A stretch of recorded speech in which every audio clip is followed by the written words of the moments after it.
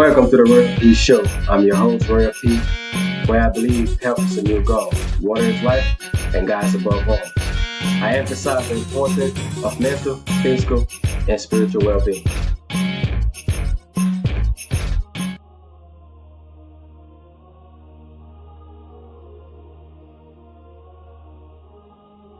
I came from the bottom, but I rise like a king.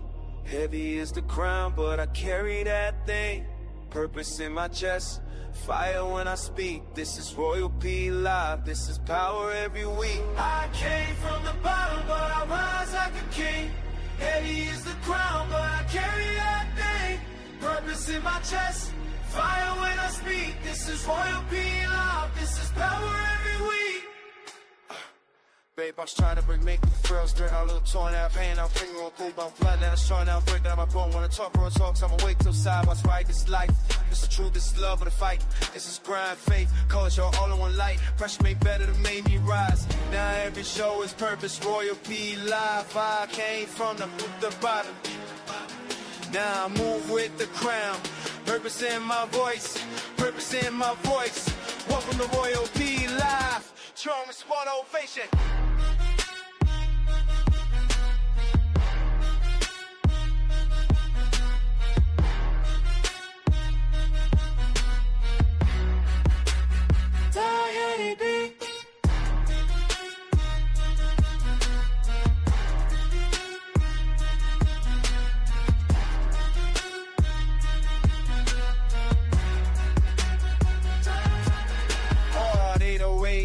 Touchy kick, sharp snare, trap, hi-hats with rolls, big transitions, cinematic strings, low and rising deep, quiet, bad, brass stabs, and piano hits, subtones for death, draw better.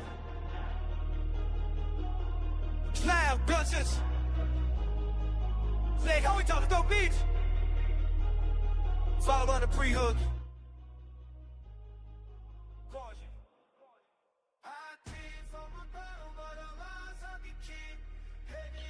What up? It's your boy, Dr. Royal P from the Royal P Show. Thank you for joining me this hour. Thank you. Today, from the Royal P Show presents a special episode of Her Voice, Her Future. All the way from Liberia, sitting around with some beautiful ladies to express themselves and say their truth. All right? Imagine being told you are the future, but never allowed to be it. All right? But we're not just speaking for Liberian girls, we are giving them the mic, the platform, the chance to speak their truth and whatever that truth is. Because when the woman finds her voice, a nation finds its future. So welcome to the Royal P Show, where pain meets purpose, truth meets reality, and a voice that will ignore, become impossible to be silent. I'm Dr. Royal P, and today we are sitting down with the future of Liberia, young queens, thinker, believer, and fighter. This is not just a conversation, this is a movement. Before we start, you know you got to put the word in there. So, Heavenly Father, we thank you for this moment, for those voices, for those young women. Give them boldness to speak, wisdom to teach, and courage to lead. Let every word spoken here plant seeds in the heart across Liberia and beyond, that every woman that's going to listen, that's going to watch. Break fears, restore hope, and create opportunities. And remind every girl watching that she is not forgotten, she is chosen. In Christ Jesus, Lord and Savior, I pray. Amen. In the book of Proverbs 31:25 says, she is clothed with strength and dignity. She can laugh at the days to come. Today we are raising women who are not afraid of tomorrow. So no further ado, please help me introduce the beautiful, courageous female, our future queens of Liberia, on the Royal P Show to tell us their story.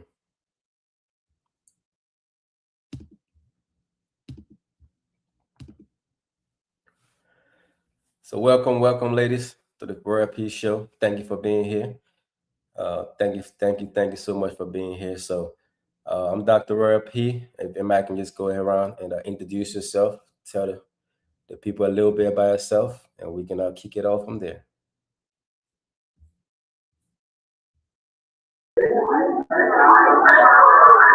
So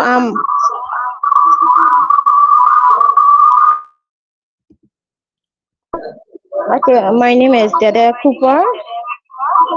I'm originally from Lofa County, Liberia, and I'm a student of the University of Liberia.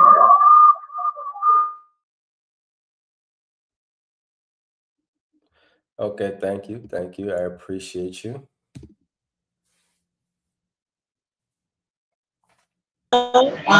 Rose M. Aku, from Pom County, a student of the University of Liberia, majoring chemistry.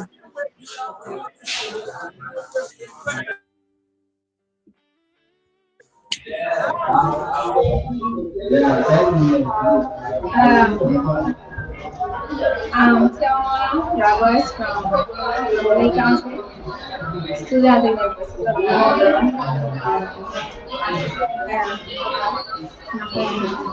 I'm Simon here from the Lake County, also a student of the University of Liberia.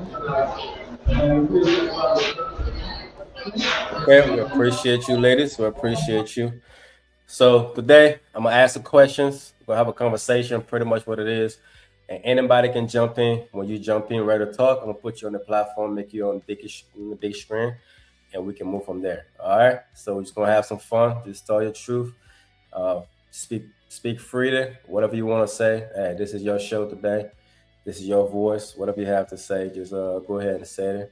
All right. So the first question gonna be for the night would be: tell one thing about your story people don't know or don't see in a university, in life, or one thing that people don't see about you or know about you that you would like to share. So anybody ready to go? Just mute your mic.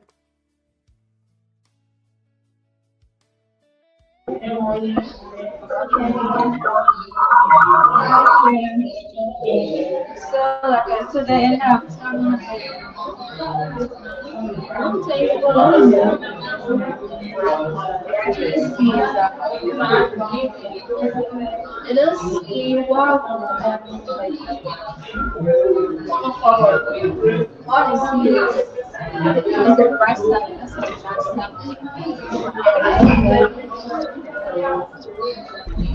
the sorry for background.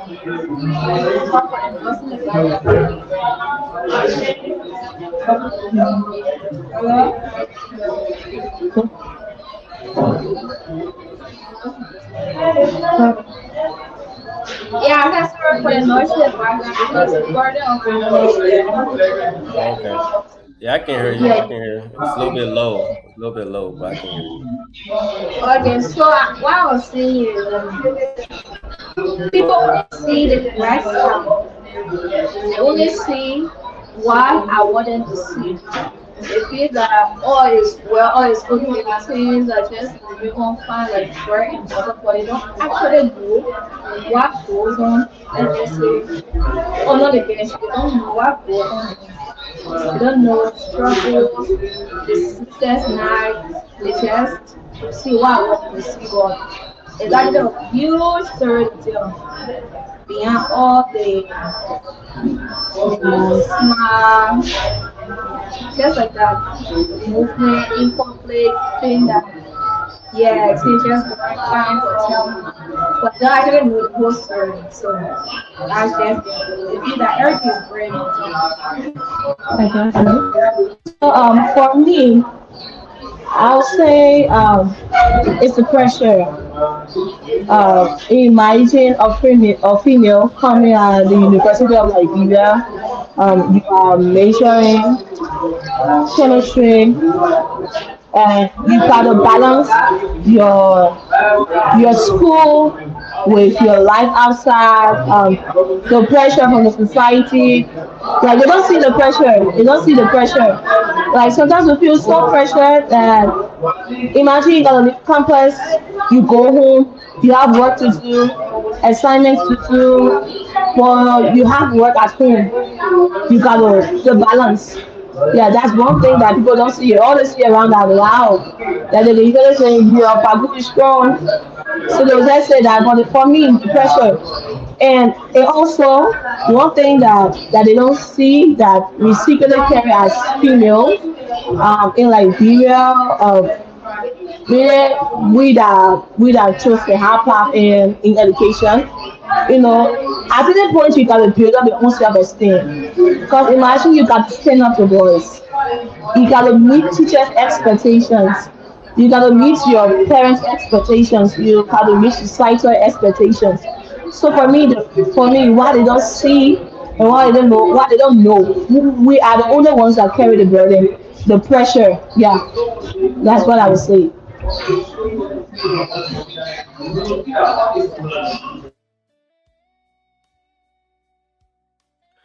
Okay, okay, okay. I appreciate that.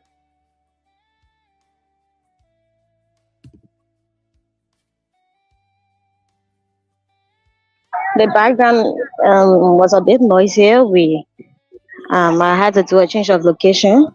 So yes, one thing about my story about life journey and then my journey in the university is independence. Yeah, um, doing everything I would say alone. It has taught me a lot of different things about life because my journey through primary school to the university to up to this level, it has been like everything independent. You have to go through the process alone to figure things out alone, to understand how the real world works, like how people in society actually work, like how people relate to you when there are situations that you have to maneuver your way through, how people relate to you. It's just like seeing your way through things alone, like independent. That's the focus point of my journey through, even from my teen age up to adulthood. Like it's just been independent because even coming to the university, I had to maneuver my way through things, places, because like for our university, the University of Liberia, there are a lot of struggles, there are a lot of means you have to pass through to get to a certain place, like getting admission letter, getting to places, even with instructors, the struggle, the things that we go through. A lot of people hear the things about the University of Liberia, and sometimes it's true. It's actually true. Even entering the university is difficult. Staying in the university is difficult. Life itself gets difficult at times, and my journey has just been like figuring things out alone, like independently figuring it out because you have to maneuver alone. Because I had to maneuver my way through life up to this stage alone. I'm not saying people aren't there along the way with me, but then you have to do certain things on your own. So yes, I would say that's something about me and my journey through life up to this point. And even when it comes to my education, that's something that people wouldn't figure out right away. So yeah, that's it for me. I appreciate that. I appreciate that. That's very powerful. Now to the madam. So from our own side that people don't see when it comes to life, it's me struggling to make things by myself, to make things done the rightful way, to make things go the right way for myself. Entering the university wasn't easy, but in all things, like the Bible says, we should give God praise and things. But it has never been easy. It is not easy still because you have to struggle on your own to do things. See, sometimes people will see me like all is well, but definitely all is not well because I'm striving, I'm struggling to do things by myself, finding my own transportation, finding ways to feed myself, and finding place to be. All of that is not easy for me because all of this started to happen when I lost my dad. So my stepdad actually, and people thought that it was it all is well because my mom there she struggled, but I myself try to do things. But people don't see that because I always wear a smile and put myself in the position that people shouldn't notice what is happening to me. So I'll say for us, I just all have to say Okay, I appreciate that. Very powerful. I appreciate your truth. Uh, moving on. So what does family means to you growing up in Liberia? What does family means?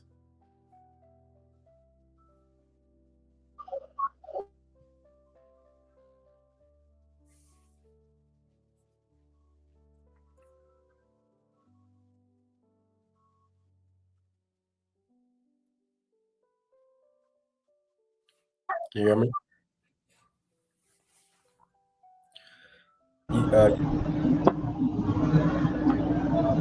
You on mute. You on mute. Mute yourself. You on mute. You on mute. Hello. All right, now we can hear you.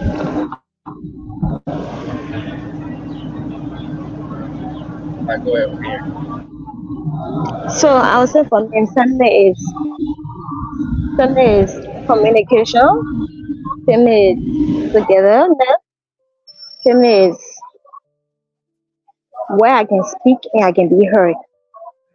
I I believe that's what family should be, and that's why it is for me. Because I believe I should be in an environment where I can speak and people will listen and they will hear me. They will get one or two from what I'm saying. I believe that when somewhere or when I call this group of people my family, I should be able to speak and I be heard.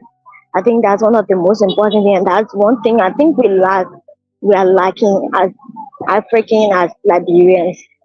Let me just bring it down to that level. Because typical Liberian home, or child will say, "Oh daddy," or "Oh mommy, something happened to me at school," or "this thing happened," or "you made certain decision. I think I'm supposed to be involved." But then they'll be like, that the parents, in their mind, they feel like then the parents are supposed to make such decision. But I don't think it should be that way. If you have a family, it should be inclusive of the mother, the father, the kids. I believe, and I know that's how it should be. But you don't have a family or group that you call a family, and then you only say one person or one or two people should make decision. Once you are a family, you're making decision. Your kids should be involved. So I believe family is listening, family is togetherness, family is love, family is expression of that love. So yes, that's family for me, and it's very crucial that we as Africans, we as Liberians, and even we as young women coming up, we have to incorporate that idea in our lives when it comes to parenting, when it comes to family. So yes, that's family for me. Most definitely, most definitely, most definitely. Family does mean a lot, and we all define families differently. So I appreciate you very much. To the beautiful ladies, Okay, so just like you said, what the family mean to me, as a person who has a creation with the world, not just Labrador will speak, um, let me say the whole word.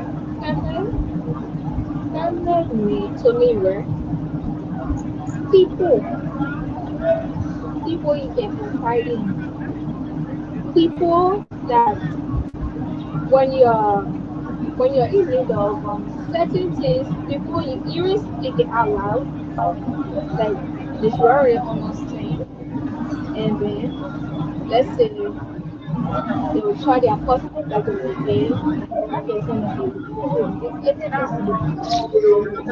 family should be people that you will cry out your words to them. Family should be people that will support you, not just financially, maybe mentally, physically, and you just name it.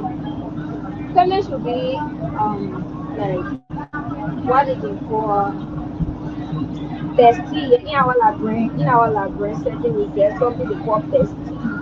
Bestie tell each other everything without even thinking whether the person will like respond negatively or positively. They just go about because they feel that that particular person, they trust them with anything that when they say they won't judge them, even if the world will judge them, that particular person won't judge them because what as someone you have built a very good relationship with over the years and speaking to them on things that bothers you, something whether it's matter, whether it's your spiritual life or your relationship life or you just name it like I said.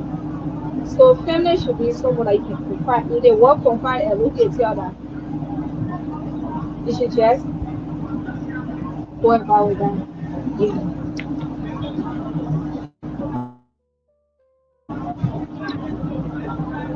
Okay, so how how do I see family?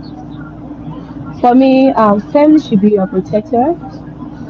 Uh, they should be your shield. They should be your listeners. They should be your guardians. I would like to describe family, let's say, as an umbrella. Whenever the rain is falling, they are there to shield you from the rain. Whenever the sun is shining, they are there to shield you from the burns of the sun.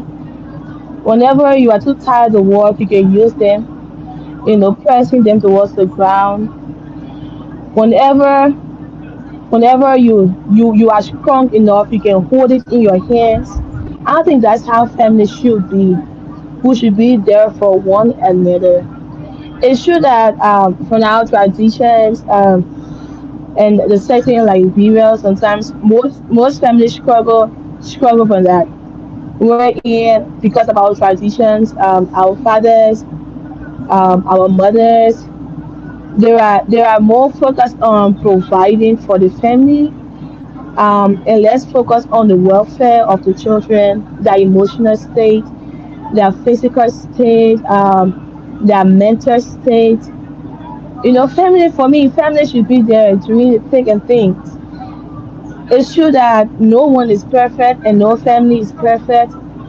But in our own imperfections, we should make time for each other. In our own imperfection, we should be there to listen to each other. In our own imperfection, we should be there to support each other. Yeah, for me, that's how I see family. And I say that's how family should be. Thank you.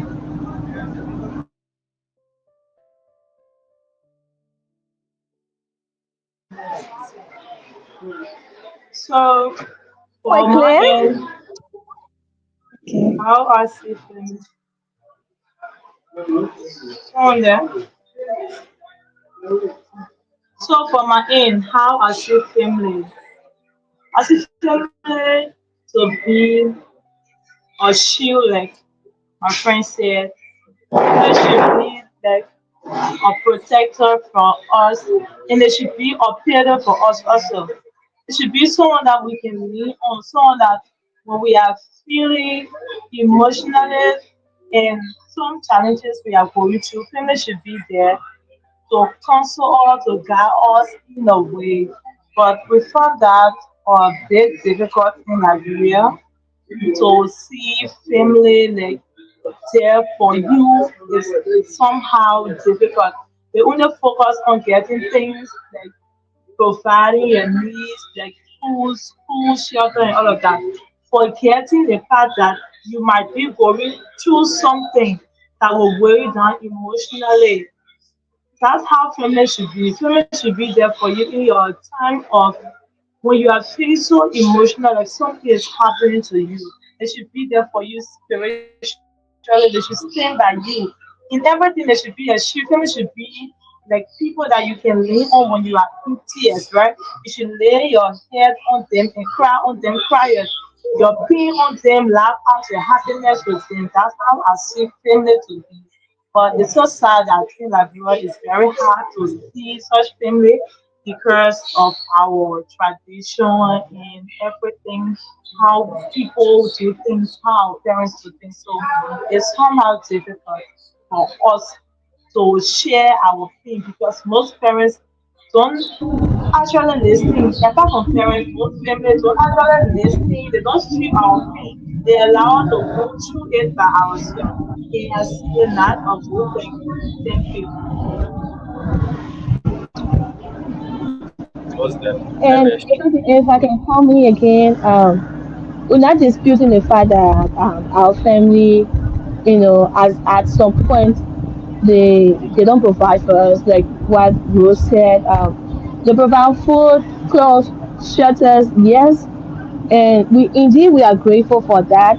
But I think that the needs of children goes beyond that. Like it's very hard. It's very hard to see, your parents come home. It's true that they have their ups and downs at their workplaces, but they come home like, how are you doing?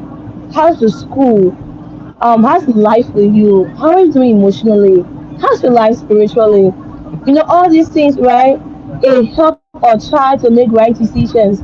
Like have life conversation with your children. Like have life conversation with your family. Encourage each other. But most times when you feel down, you look around, everyone is busy. It's true that at times like the work gets hard, but I think the family should be there for each other, no matter what the time or the situations, the circumstances. Emotional support. That's why most of the children we have on the streets, we say, oh, this boy is from good home. This boy and his father taught me high school. This guy speaks well. He went to the best school. Well, how did he get on the street? I think it came from decision making. When you are faced with this problem, when you are struggling, and you have nobody else to turn to, and the only people you can turn to, probably they are not your family, but you find some level of loyalty in them. They are able to counsel you in a particular way, in a specific way. So you give into what they bring to you because you want to be counseled. Yeah, so I think that families should stick together. They should hold on. They should support physically, emotionally, mentally, spiritually. Yeah, from my point, that's how I see family. I say that's how family should be. Most definitely. Most definitely. I think. Okay, so hello. Go ahead. Go ahead. Yeah, so I believe the whole idea of family it actually derived from its style of parenting our parents were used to raise his or her child or children. So um psychologists will say there are several style of parenting. They got authoritative, where you see the parent will say um 8 o'clock is curfew. I don't want to see my kids outside. 8 o'clock, everyone should be in bed. They are too authoritative. They don't give chance for the children to socialize or to talk to friends. Or sometimes they'll be too uninvolved. Like they don't care. Just like what she was Diamond was saying, they are uninvolved. They don't want to be involved. Like they don't even ask, well, how your spiritual life or how's your education, what's your GPA for this semester, what's going on with your life. They are uninvolved. But you have to give system, you have to give space. In as much as you want to, guide your child, you have to let them to see things, allow them to solve problem on their own, allow them to maneuver their way, let them be free a little bit. So ranging from that, from homes like that, they give a mindset about family to a lot of kids. Yeah. A child grew up in a abusive home where you see the dad hating the mom abusing the dad, he or she will grow up with that mindset that, oh yes, I can do this and I think this is how life should be or this is how family should be. And they grow up, no one teaching them how to fix this thought, no one helping them out because the family is broken, because they're not using the right method of parenting, the right style of parenting. So if I'm in such a family, I grew up, I have that mindset of I'm not supposed to be married. Like some homes, like the women we are supposed to be independent. Marriage is now our thing. Family is not really our thing. I'll just, born my kids and then, yes, we just, some people just grow up with that mindset. So they start picturing family to be that. They just have a specific picture of family from the start of parenting that they grew up with or they grew up in. So yes, they affect the idea of family a lot. Parenting actually affect the kind of thoughts we carry out there to the larger society when it comes to family. So it's very important how parents raise their kids. So yes, that's what I want to say. Okay, so and also to add up to Yes, that, sugar. to add up to what the girls just said, in Liberia we have this saying that or this belief that especially our parents, once you reach a certain age, let's say specifically 18 years, that means you should be able to handle things on your own. Okay, it's not a bad idea, right? But no matter what, no matter the age, no matter the level the person reach or the person they are at, they're still a child and they still need what? They need that parental care, that parental support. Like whenever some things they are fighting on their own, they are struggling to make it at certain level, but then there are some difficulties where the fact that they are 18 and above, okay, they can do some things on their own. But the recent era that they will need your support, you as a parent, you as a mother, you as a father, or even the siblings, your elder siblings, right? So if it's saying because I'm 18 and above, I should be able to do this on my own, I should be able to do that on my own. No problem. We like the idea because that's where we learn how to be what we call independent. Yeah, it's beautiful. But then it also don't mean that you should just turn your back on us. You shouldn't be like you shouldn't be there like the way you used to be. I didn't check up on us sometimes to know how we are coping with things, to know if this particular thing we decide to do what we are doing, whether just say the school, the work, if everything is going fine, if it's okay, if we are let's say we're having some difficulties, if just like that. You have to check up. Reaching 18 and above doesn't mean that oh yes, I'm a man, I'm a woman. No. So that's just it. They have to just to be there. Make the child believe that okay, even though you are basic, but whenever they are let's say they're in need of your presence, they want your help, you show up to show them that even though they are perfectly safe that you should be available for them all the time, but show up for them. That 5 minutes, that 10 minutes, it won't take all the time that you need to do whatever you are doing for them. They are your child so also. That's just the way family being there for the person. No matter how busy you are, you can never be busy for the one for your loved ones, especially your child. You can never be busy sure for them. So that's it.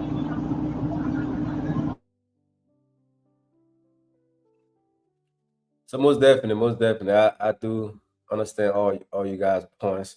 But my question to you guys is it different now being a parent back in the day till now? Because now a lot of younger women are having babies, and when those younger women have babies, they don't have the capacity to take care of those kids.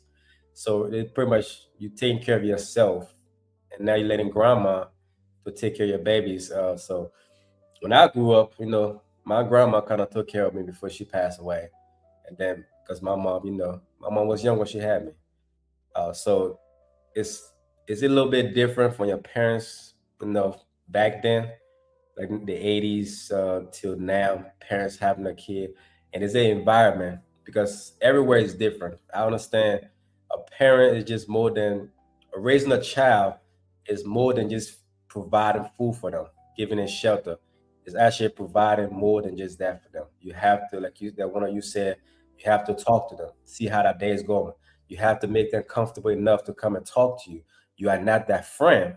See, a lot of the younger parents now think the kids are their friends, so that's why the most of the disrespect come in. And then when the kids see you doing something, they don't want to do the same thing. So now You can tell who's the parents and who's the kid, right? But I think the training that we had back in the day is not there no more. So now pretty much the kids pretty much raising themselves. You know, like a lot of times we say, oh, we go outside every day and have fun, and then come back in at night. But still, when we come back in, our parents don't sit us down and talk to us. You know, some it happened here too. A single mother having a kid, the kids going, they're going all day to go work, they come back home, the kids pretty much raising themselves. They don't know what's going on. All they know is that they're taking care of the kid. They put a food on the table, they put the roof over the head. But it's more to that than just those things. I feel and I think to really develop and grow a child. You know, the Bible says, train up the child in the way. And a lot of times we are not training a child. We are just uh, housing a child. We're just having a child in the house and say we're training the child. And the child is doing everything. The child in the room doing God's know what, we working, doing whatever it is, and we think that we training the child. But we have to make sure that whatever we install in that child does not leave from them. You know, because not every child's gonna be the same. I could be in the house and look at my mom and say, you know what, she working hard, I'm gonna play my part. Or I could say, no, I'm gonna go play video game, I'm gonna go do whatever I can, I'm gonna go outside, deal with girls, or if I'm a girl, I'm gonna go do outside, deal with boys all the time. She's not gonna know because she's too busy trying to put a roof over this over my house. So my question is, what it could be a series of questions. What is one lesson your parents or guardian taught you that shaped you? And have you ever felt like your family didn't fully understand your dream? And do Liberian family today support girls differently from boys?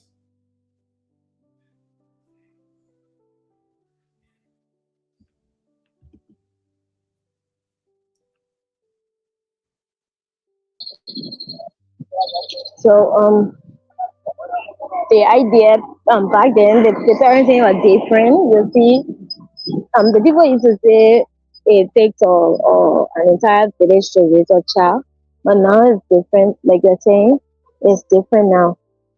We are just getting involved in giving birth to kids and then just housing them.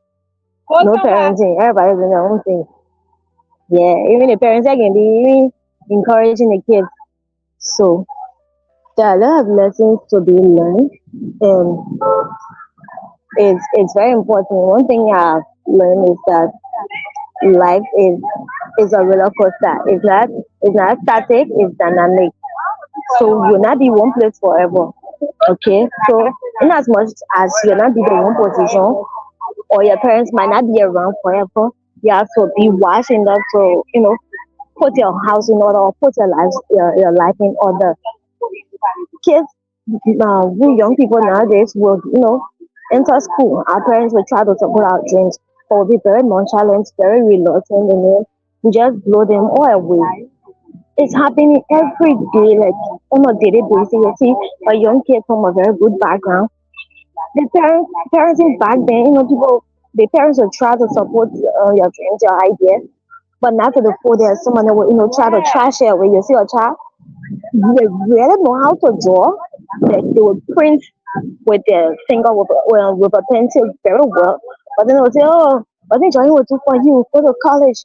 You go to college and say you don't succeed. You don't do anything. But now parents are trying to understand the kids better. Once they do that, we ourselves as the kids we try to blow them away. To be honest, we try to blow them away. And it's very confusing because you have a very big opportunity or bright future ahead of you. Someone see that future, someone identify with you or identify your future and then try to make you reach to the top, reach the peak where you should be, and then you try to go there. We sometimes put the cause of our own problem as young people because we want to be out there, want to be involved, want to be in the street, want to be associating with people like you say won't be utter. Yeah. And once you get involved too much like that, you tend to deviate from your purpose in life, from the cause God have a cause for every one of us on the face of this earth. You think that you now start to deviate from the purpose, from the things you truly supposed to be doing. So yes, nowadays parents actually help. They are helping. The parents are helping to support the kids. Not like back then. Back then, our dreams were trash. Most often it was trash. Like they will say no, they will get nothing for you, but then drawing will do for you, but then singing will do for you. But actually, if we are going to put more effort into developing those gifts, we're going to blossom into something good, very good and fruitful and meaningful. Well, back then, a lot of parents tried their children dreams. Now they are in the street. Now they are just out there like the school where they go, they're not even doing anything for them. So yeah, it's very important nowadays. At least the young parents, the young married couples are raising kids. Nowadays they are beginning to understand things a little bit. Not to the fullest, I would say, because there are a lot of things to be honest about parenting, about family, about home, about raising a kid, about guiding him. So yeah, to just parents now, they understand they want to stop it and they are actually helping kids, but not to the fullest, I would say.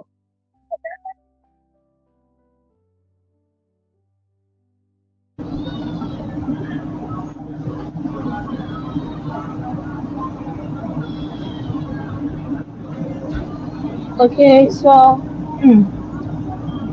for me, I was not born in the 80s. I was not there to see how parents raise their children, but we heard from our parents that their parents need to be strict.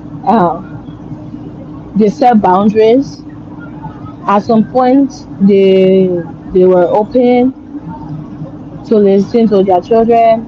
At some point, yeah, for me, I would say the difference from the parenting in the 80s and now, these days, most parents don't usually keep their eyes on their children. I'm not saying you literally be stalking them. Yeah, like they're not guiding you the right way. Like some parents, they're not guiding their children the right way. Like you enter in a home and you see a mother dressing indecent and she's teaching her child that attitude. She's putting it inside of her. For me, one thing I can say, my parents they introduced me to Jesus. That was one of the best things that they did for me. They introduced me to Jesus. We were coming up, we knew that this is the way, Jesus is the way. Yeah, they told us that. And for me, with the educational support, I think one of the best things that they gave me, they introduced me to Jesus. But again, we still go back to the parents because it's not just my parents we're talking about, but we are talking about the parents in Liberia, how we see them. Like sometimes when you tell people that the semester have ended, and they'll be like, "What's your GPA?" Like, not how to struggle or how did you cope? Were you are you stable at this point? Do you need guidance? Do you need support emotionally? Yeah, you don't really hear these things coming. You don't really hear these things coming from parents like that. Like it's true they have embraced our dream because I tell you back in the day for a girl child to say going to school, it was not like that. We all know the story of Liberia, that traditional stuff, and it was none of that. It's true they have embraced it and they are supporting us financially. Yes, but for me, support goes beyond all the finances that you will provide at a particular time. Yeah, they have embraced it. They are supporting us.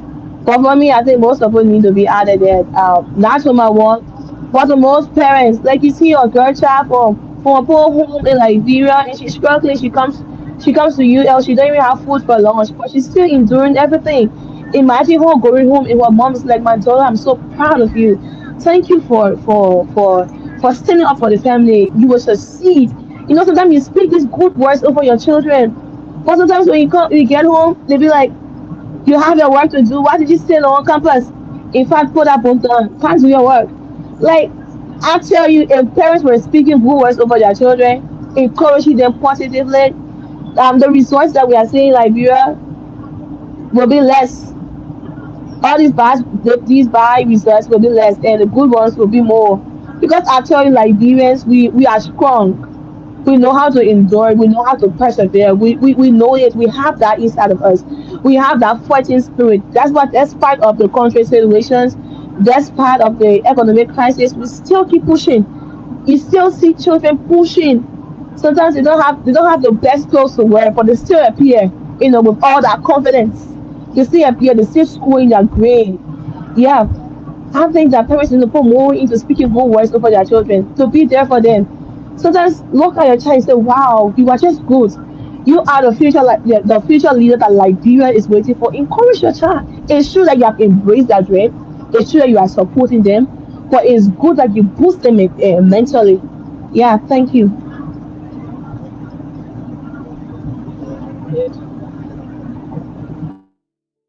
Most definitely. I get your So point. One second. My question is, do you think the parents can only do as much because they themselves do not know? Uh, you know what I'm saying? So they can only do as much as they know, as they were taught. 'Cause a lot of times, as parents, only pass down to us what their parents taught them. You feel what I'm saying? So I think if they have a change of mentality or thinking, then they can teach us more than what they know. But back then was go to school, get good grades, go to university. My daughter, my child is a doctor, lawyer, whatever it is. They want this. They just want a title for us. They really didn't understand what really education is, because a lot of people, you get all these degrees and still have to sit home and don't have the job to apply that. Because what's the point of me having a knowledge? I cannot apply that knowledge in the right way. You know what I'm saying? So sometimes our parents teach us something that will pass down to them. So now I feel like as the new generation, the next generation that comes after us, we should be able to teach them more than what our parents taught us, because that's what they know. So I understand everything you got to say.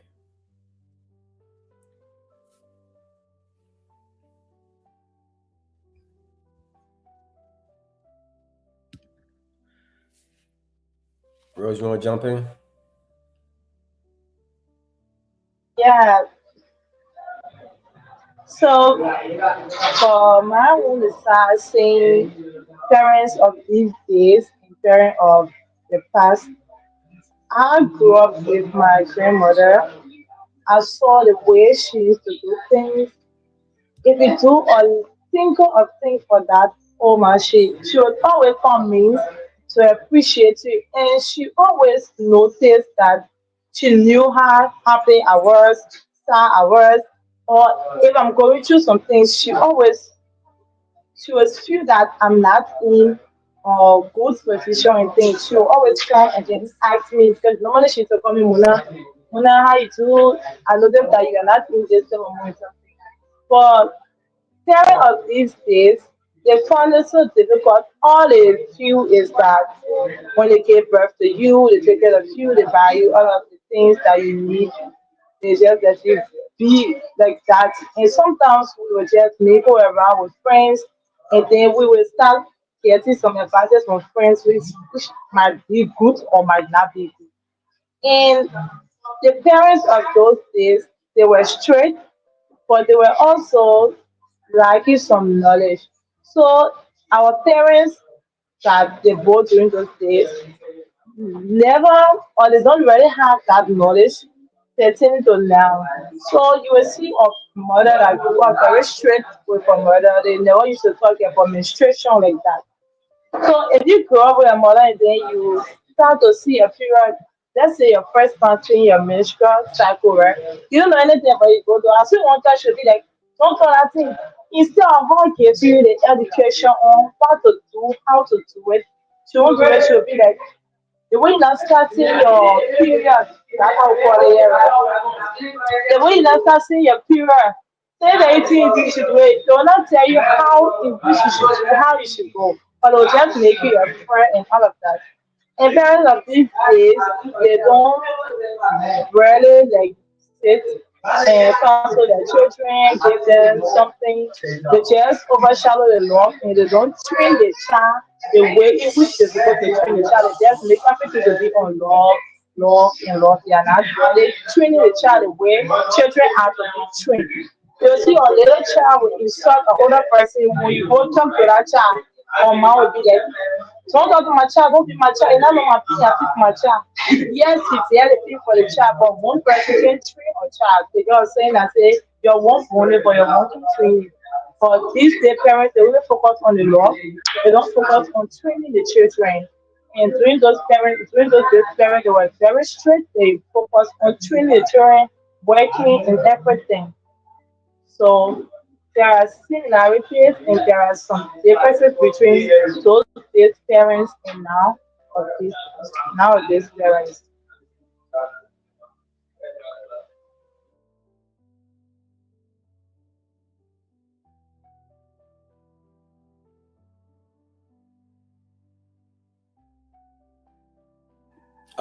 Most definitely. So do you think so most definitely.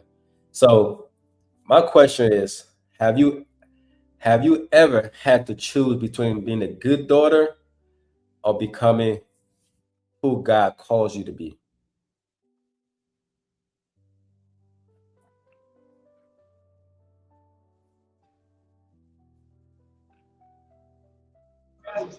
It's a question for Diamond or all of us. It's for everybody. I just put them like that. I think that's something to say. No. So have you ever had to choose between being a good daughter or becoming who God called you to be? If you know who God's calls you to be. I know I heard one person said that parents introducing them to God or is one of the greatest things ever. So have you ever had to choose between the good daughter or following God's and following the word of God?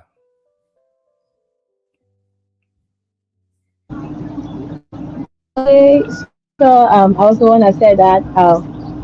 When my scripture say that children obey your parents in the Lord, for this is right. It's true that when I was coming up, they introduced me to God, but as I grew, I started to know God for myself. I started to have encounters with Him. He started to show me revelation. I started having experience. Yeah, sometimes, I know this is a live show, so I would be careful when you say this. Sometimes my dad would be like, Simon, you go out too much. Like you are at this program, you are at this program. Sit home. So being a good daughter to him at that point would be Diamond sit home. Yeah, and when I sit home, you come home, you'll be happy like that. But sometimes I can go. Honestly speaking, I can go. For me, that's where I found joy. I found so much joy in the presence of God. That's where I found my joy. So sometimes I'll come back, he'll be like, oh, the great evangelist, she's back. She's back. So for me, I feel that at that point, I choose the path of God. It's true that he's concerned about my welfare. He's concerned about my safety, but I feel like we need to do more for God. Yeah, now that we are approaching the end time, it's the time for men. It's the time for men to rise up to do more for God. It's the time for end time revivalist. Yeah.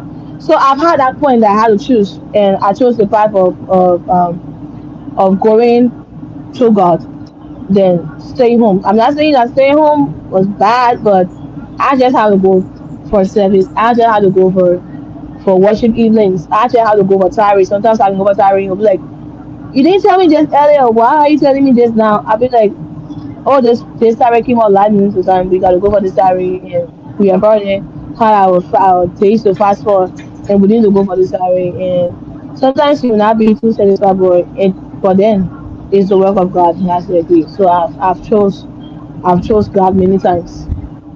Yeah, thank you.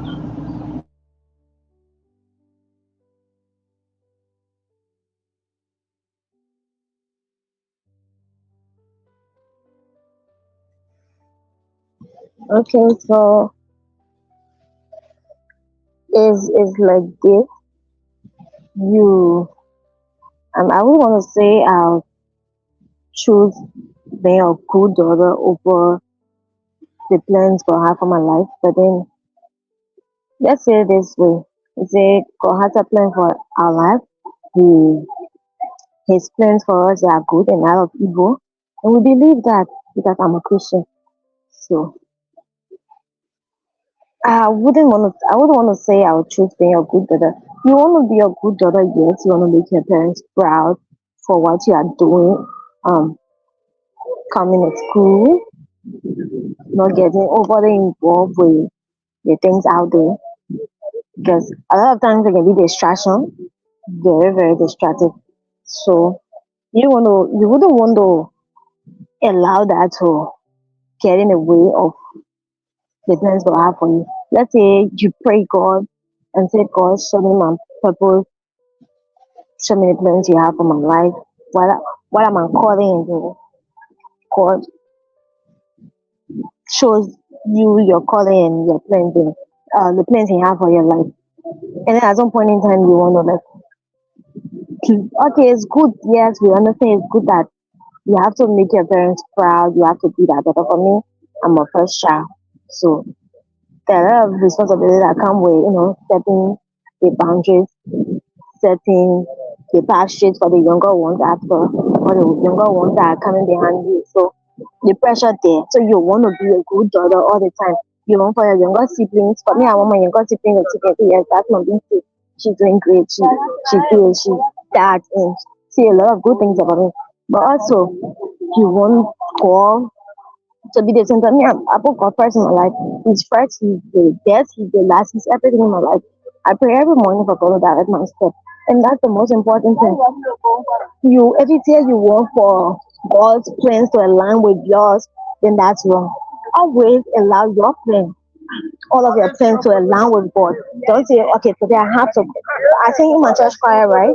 And I say I'm supposed to go for practice today. And I say, oh, my friend having party meeting. I'm not sure I can go for practice today, so let me just go to the party. That's you telling God, say, God, let your plan align with mine, and that's wrong. Let your plan as a person align with God's plan because He's Almighty, He's all knowing, He's God. In His plans for your life, for our life, they are all good. So we have to make them to align. So yeah, I choose God most time, most definitely.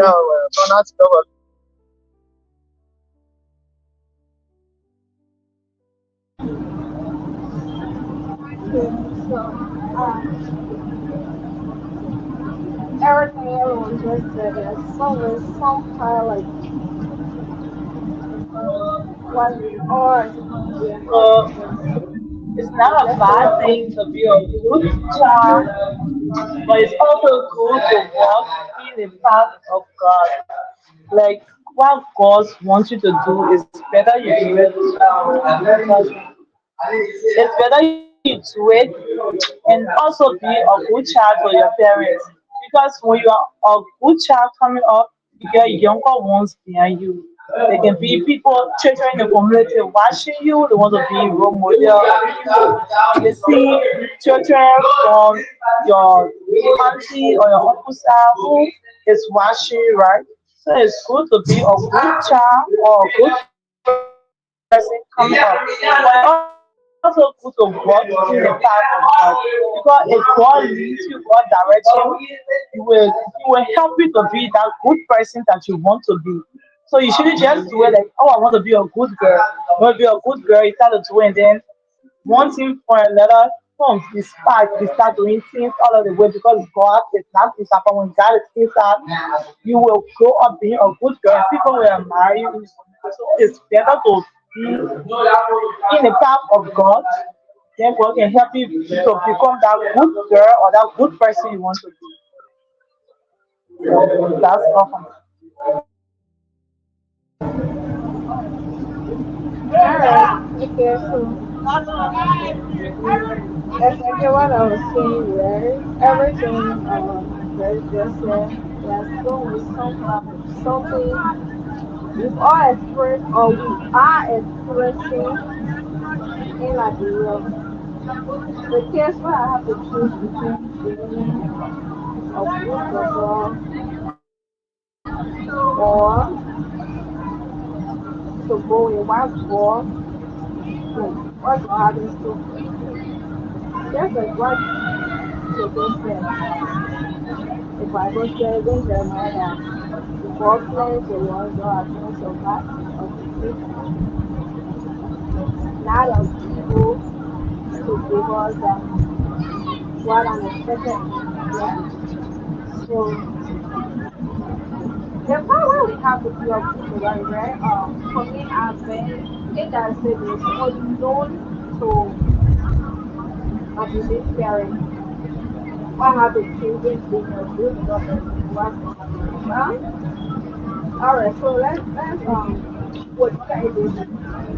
Let's say I happen to choose to be the good adult, which I am. Yeah, me being that good adult,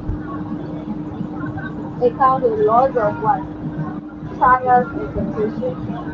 There are some days that,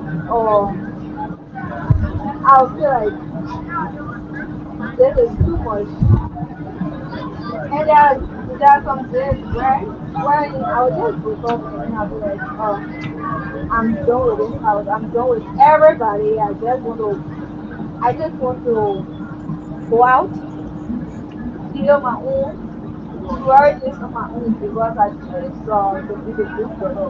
And being the good girl comes with so many things. Even the one like you know very well that you're not okay with it, but because you want to please your parents, you decide to follow say, okay, no problem. Since this is what my parents want.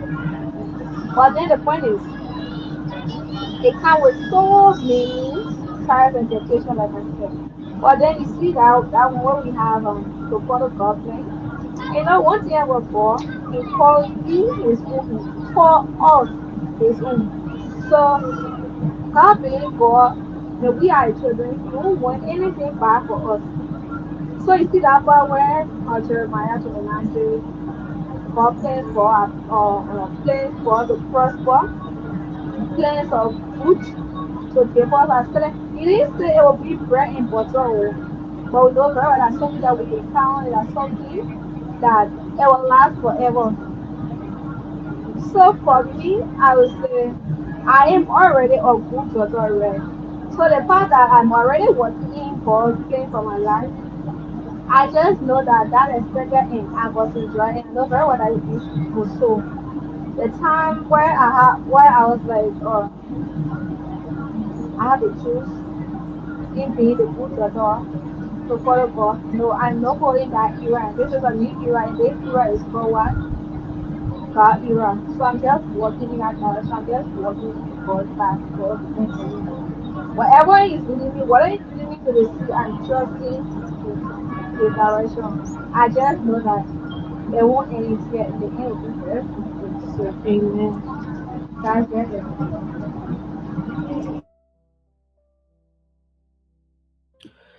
Most definitely, I understand. I understand. So thank you all. That was a good output. So now we're going down to we finish with family. Now we're going to friends. So what does real friends look like to you guys? What does real friends look like? How friendship have friendship ever broken you, and what did you learn? Do girls compete more than they support each other? Being a friend, do they always compete with being a friend, especially for girls? I'm not a girl, so I don't know. What kind of man do you believe a young woman should avoid? And what kind of man does a man kind of come into being, come between your friendship as time? And what does his healthy relationship look like at a young age? It's what does a healthy relationship look like, and what's a friend ready to look like to your real friend? Can you go with the question one at a time so that we can better answer them? Because sometimes we tend to forget about some of the questions you ask. All right. So the first one is, what does a real friend look like to you? What's the idea of a real friend? Does a real friend look like? So for me, I would say a real friend is a person that accepts you despite of the class, the status, despite of what you have to give them. They are all around. They support you emotionally, physically. They are there when you are down. They are there when you are at your highest point. Like you see, at the university here we have this group called Colonial Brothers. And I feel that they are my friends because I tell you sometimes I can be so messed up. Sometimes emotionally I'm messed up. I come on campus and I don't want to talk to anybody. Like that that feeling like sometimes I feel like I'm being rejected, sometimes I feel like I'm being left out, all type of crazy stuff. But that's part of the attitude I show at that point. They still come around. Like, Diamond, how you doing? What happened to see you are cool? What can we do for you? They will keep asking. Sometimes I will ignore them. They will keep asking. And one thing so much I enjoy about them is that we are always there for each other. We are always there. When you are graduating, we show up. When you come in your clothes, that's part of how you dress. We applaud you. Sometimes we poke you, you know. And sometimes I think the best part of true friendship is when something happens to you, and maybe you are expecting this advice from your friend, and everyone just gather and they are laughing. So before they bring their advice that they will give you, they will laugh at you. They will take away that sorrow from you. They I feel like true friendship, they are the second family. When you leave your house, when you come outside, the next set of people that accept you for who you are. They will say that your mother accepts you because you are her child, your father accepts you because you are his child. But those that are around you, like, you guys have no background relationship. You don't even, like, you have just known this person for like 5 months, and and they are and they are there for you emotionally, they are there for you financially, they are there for you physically, they are there for you spiritually. Like, for me, that's how true friendship should be. And I so much love them, and I so much believe in our friendship. I know that God will carry us somewhere good one day, because of the character that they show me. Like, yes, that's how true friendship should be. That's what I would say.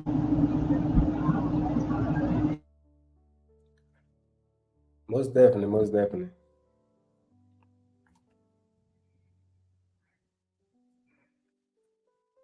Anybody want to come in? My network dropped, so I don't know where you guys were. So right now we're on what does real friends look like to you? What does it mean to be a real friend? Okay, so firstly, I'll say it's consistency, showing up. Most definitely, that's one thing that a real friend would do.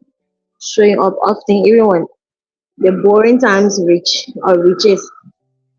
Showing off, checking in, like it should be reciprocal. We do it for the person does the same for you. So it's consistency, showing up, checking in, and not just something that you rush into, but it grows over time. Like it takes time, and then it develops. So not just something that you meet someone at the gym or in a club, or you meet someone at your workplace, and then right away you say, "Oh yeah, this is my friend. Okay, this friendship is very very genuine." No, I don't believe that's what a genuine friendship is. It's something that grows over time. It takes time, just like the way you nurture a kid. That's how it is. It takes time. It grows over time, and then yeah, it's just being consistent with the relationship, calling in, checking in, like consistency. Most definitely is very important when it comes to genuine friendship, not just day to day and then all of a sudden you disappear. No. So yeah, loyalty, being loyal. That's how genuine friendship is about. Yeah, care, consistency. Yeah, just showing up when the person needs you the most, being there. Even when that situation or particular situation is so boring, or you feel like you don't want to be there, but you find a way to be there. That's that's what a genuine friendship is like. So yeah, that's what it is for me.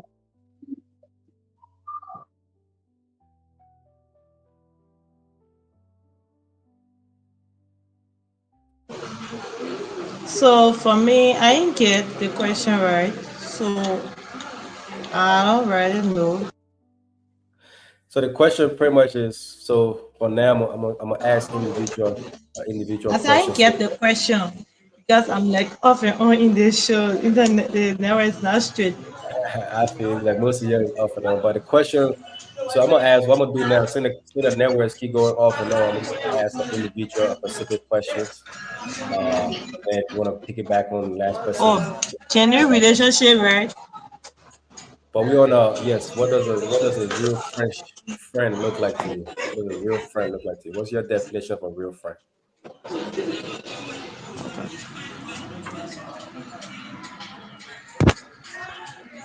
So for me, if a girl dated well, she was talking about relationship. So I just assume that we are talking on relationship. For what I know about relationship, in what I feel relationship should be, there should be an open communication, right? And it should come with loyalty. And when someone is loyal to you, you have some confidence or trust in them, and they will be honest to you. It's not like keeping someone in the dark. You can say someone is your friend or the person is your partner, and then you trying to hide everything from them. You just have to be open. It goes with open communication, trust, loyalty, farming means to settle out dispute and not disappearing and reappearing back to the person that the person mean nothing to you. You should always be there, like you should always be there for each other and talk for each other. It's not like you meet someone today and just say, oh yes, this person is a nice person, not knowing the person attitude or not knowing anything about the person, just assume that the person is a good person. One day, 2 days, you start to complain. No, it takes time, like the dad was saying. It takes time. You have to it takes time for you to understand the person feeling, the person mood and everything. So and I feel that when you are in a relationship, you should have an open communication. We both of you should be loyal, you should be trustful to each other, and you should be honest to each other. So that's how I see and understand relationship to be. So don't know this appearing and reappearing like or making the person to feel like they are nothing to you simply because you feel that you able to do something for the person at the moment and then the person is not able. So you want to make the person feel somehow in a relationship or in a friendship. I see it necessary that way. Hello?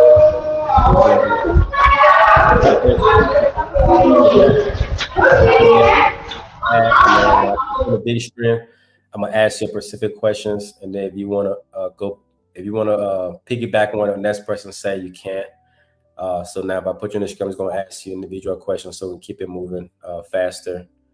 Uh, so I'm gonna go with you. My question to you is: have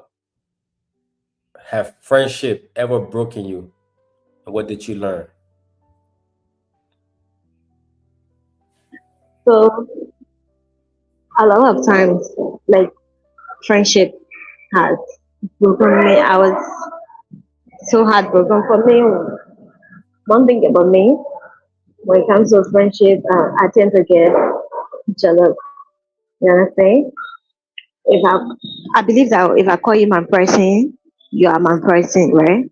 So a lot of times I've been heartbroken when it comes to friendship, genuine friendship, where I, kind of invested time, invested finances. Let me just put it that way: invested my time, invested resources, invested um a lot of things in the friendship, and then at the end it just go down the drain. It got me so heartbroken.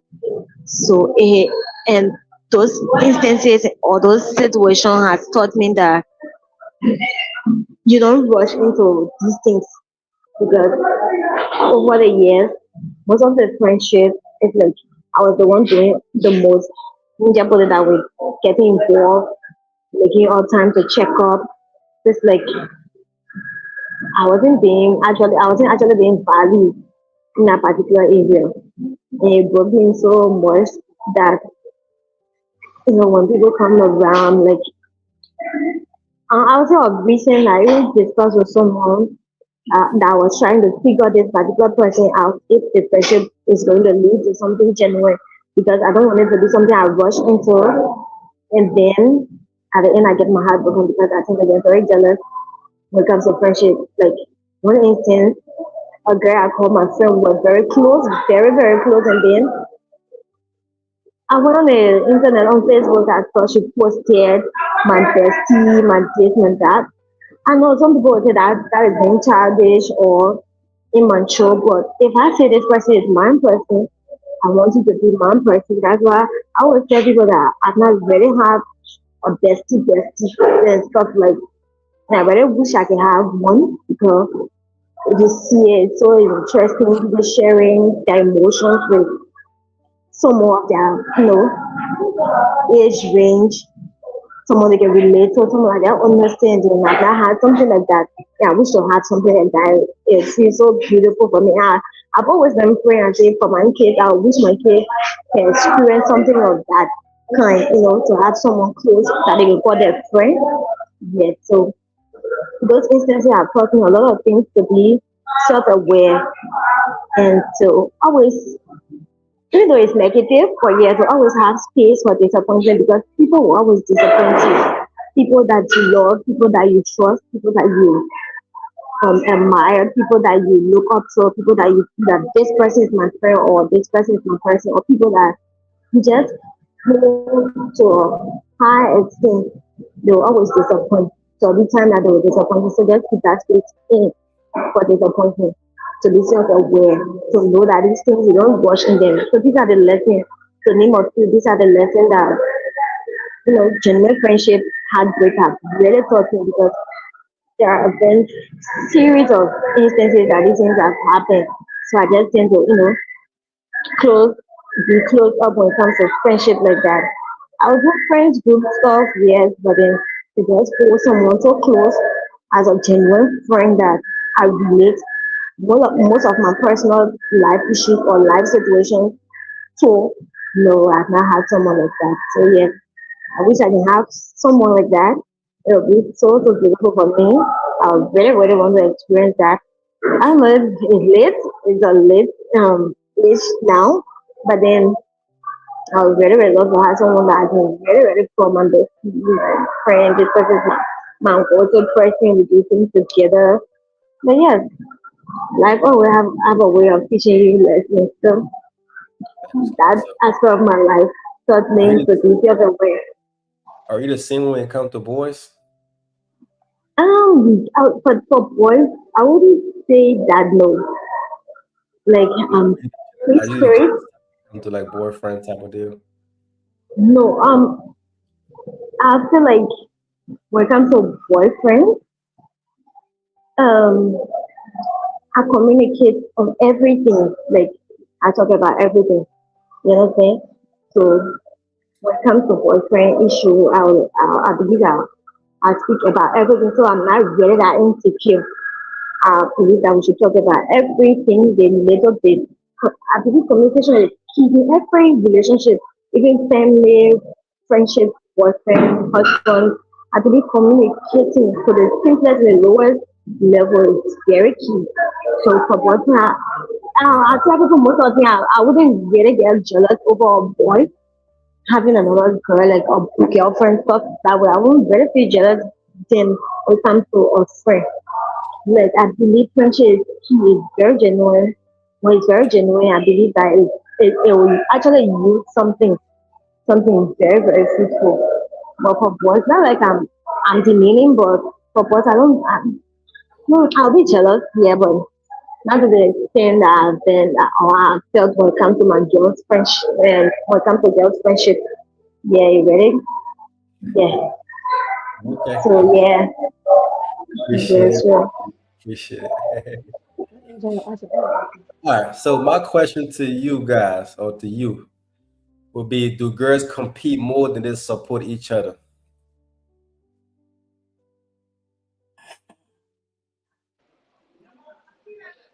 Um, Hello. Yeah. Okay, so if I understand correctly, the question was, do girls compete more than they support each other? My answer would be yes, and I'm gonna justify that. You know, like there's there's modern world that we are in, where we normally call it Gen Z.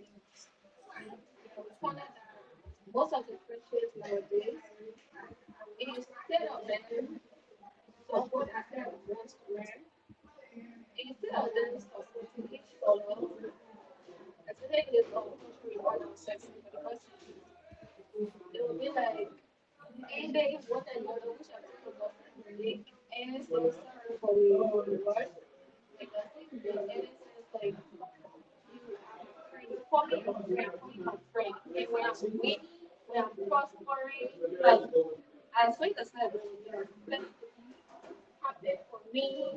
So we celebrate our win because my win is your win. But then it's just the opposite. So I would say that girls that nowadays they focus more on competition than why they're supporting each other. But for me, I would get vice because the kind of friends I call myself, kind of surrounding I call myself, and especially things that are particularly in the social activities, like not doing it. So I guess, and I was like, okay, been here with some people, but then a particular semester, I can't remember the school, like my friend said that when we were on the other side, she said, colonial wedding. We actually came together in our friend group, the name ourselves colonial wedding, and exactly what she said. The moment you leave your house, and then come campus, it's a call we consider feminism. And not just feminism, but you asked a question was, who's a real friend? I would say a real friend is Jesus, but then if we are speaking it like outside of the Bible, following our awareness are people I call my friends. Because they accepted me not not because like okay, we just say we are all group of smart people. There's something we're actually that whether have maybe there's competition, maybe there's disability, something like that. They don't judge, and all we do here is respect. So the fact that having people like that around that support you when you are at your lowest, sometimes financially, morally, mentally, physically, like that's one thing I can really give for the people because they didn't send me friends, they send me a family. So for me, I would say my family, they are life. So I just beg or thank you for that. And I also tell God thank you that in our family, you don't find the girls or the boys competing against one another. Yeah, we celebrate. Oh, one person win is what everybody win. We celebrate everybody win. Whether let's say I come at Tisa and then the next person they are still waiting for their visa, or maybe they are waiting to be accepted into this master program they are applying for abroad, but then for some reason the delay is too much, and then I got accepted. Yo, everybody will celebrate like everyone of us accepted the same time.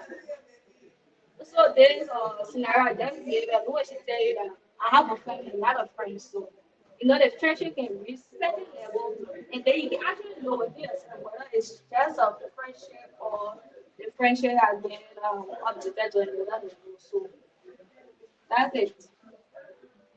We don't compete Okay. here. We support. Okay. Most respect, respect. All right. What's your friend? All right.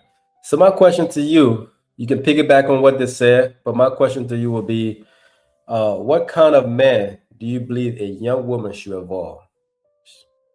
She stay away from. What kind of man I believe that a young woman should stay away from? Right. That's a question, right? Yes. Yes. What kind of man do So you think are you? before I go on to elaborate on that, I'd like to give my preference. Yeah, what I prefer, and then and then recommend what I prefer to my friends. So I always tell, like, wait, let's get a question clear. A man in a relationship, like, what kind of man a girl should stay away from, like getting in a relationship or just pure friendship. Either way, friendship or relationship, anytime. What type of man you think a young woman should stay from? Either romantic relationship or just a friendship, because sometimes friendships start with romantic relationships. So, and sometimes the kind of people you hang around. I always told that if you hang around non-bad people, you will be the 10th one. Or if you hang around now, you will be the 10th one. So if you hang around, uh, on, I don't like to use certain words, but if you hang around a guy that, a selfish, a self-centered, whatever it is, that might rub on you to be there as well. So it could be a relationship or just a friendship. What kind of guy you think a young lady she would kind Okay, of? so like I said, I would give my preference first, and for my preference, and I will recommend that they should go with that.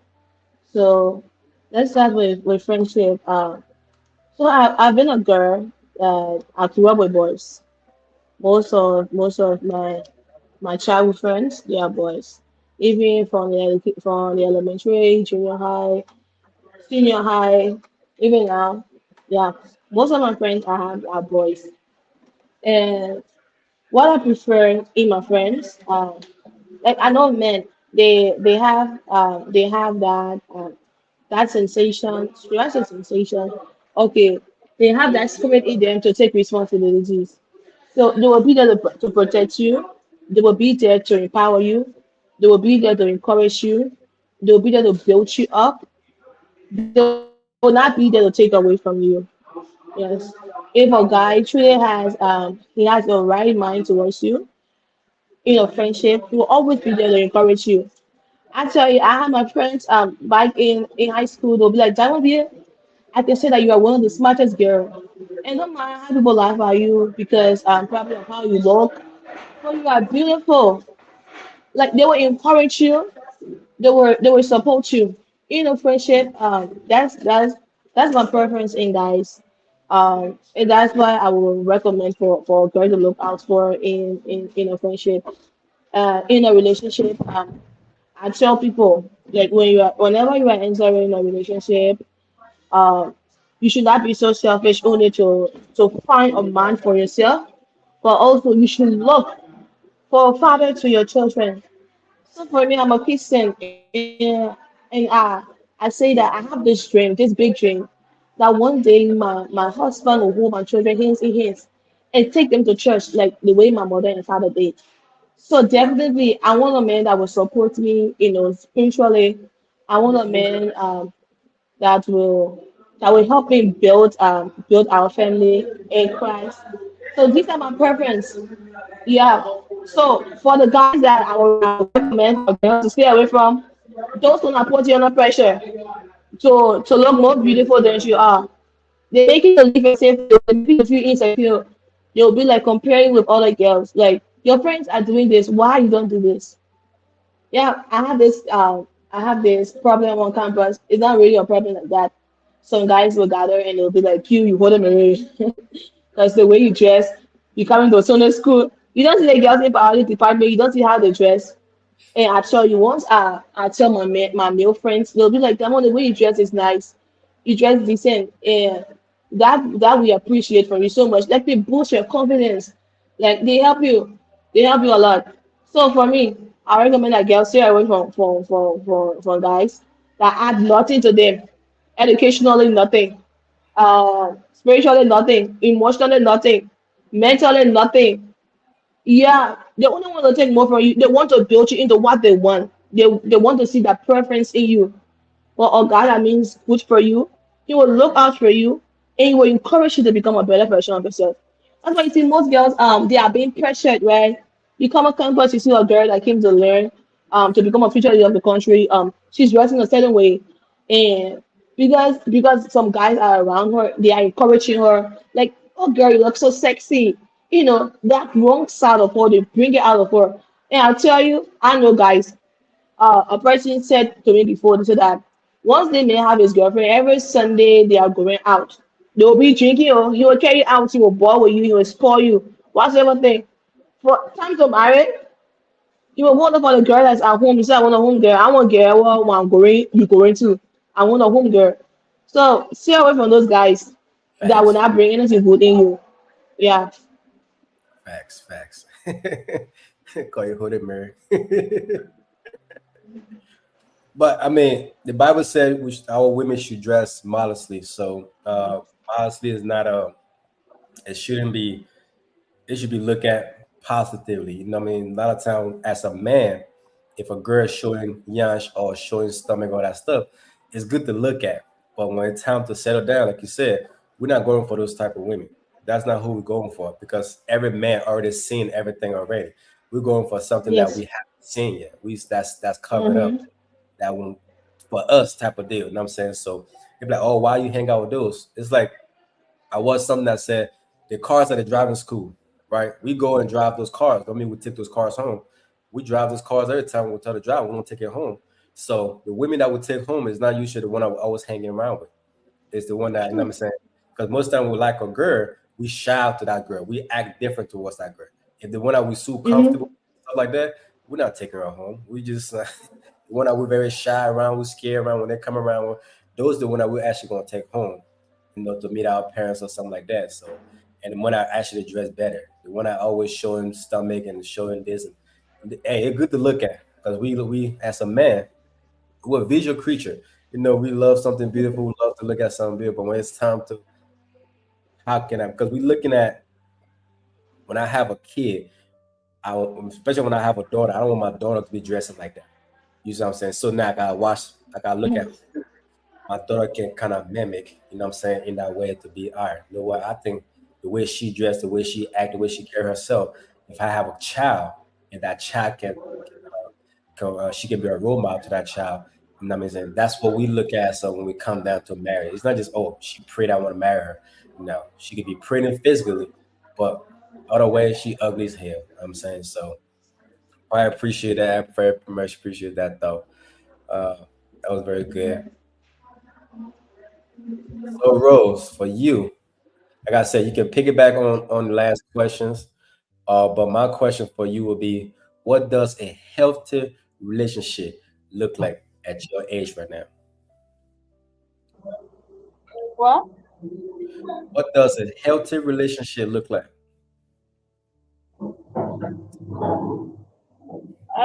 so let me just start with what my friend was saying, like guys that we should avoid and guys that we should be around. I tell people I don't go for what guys will tell me all of the time, like you want to have that controlling spirit. Like I want to do something, you're not making me to feel confident of what I'm doing.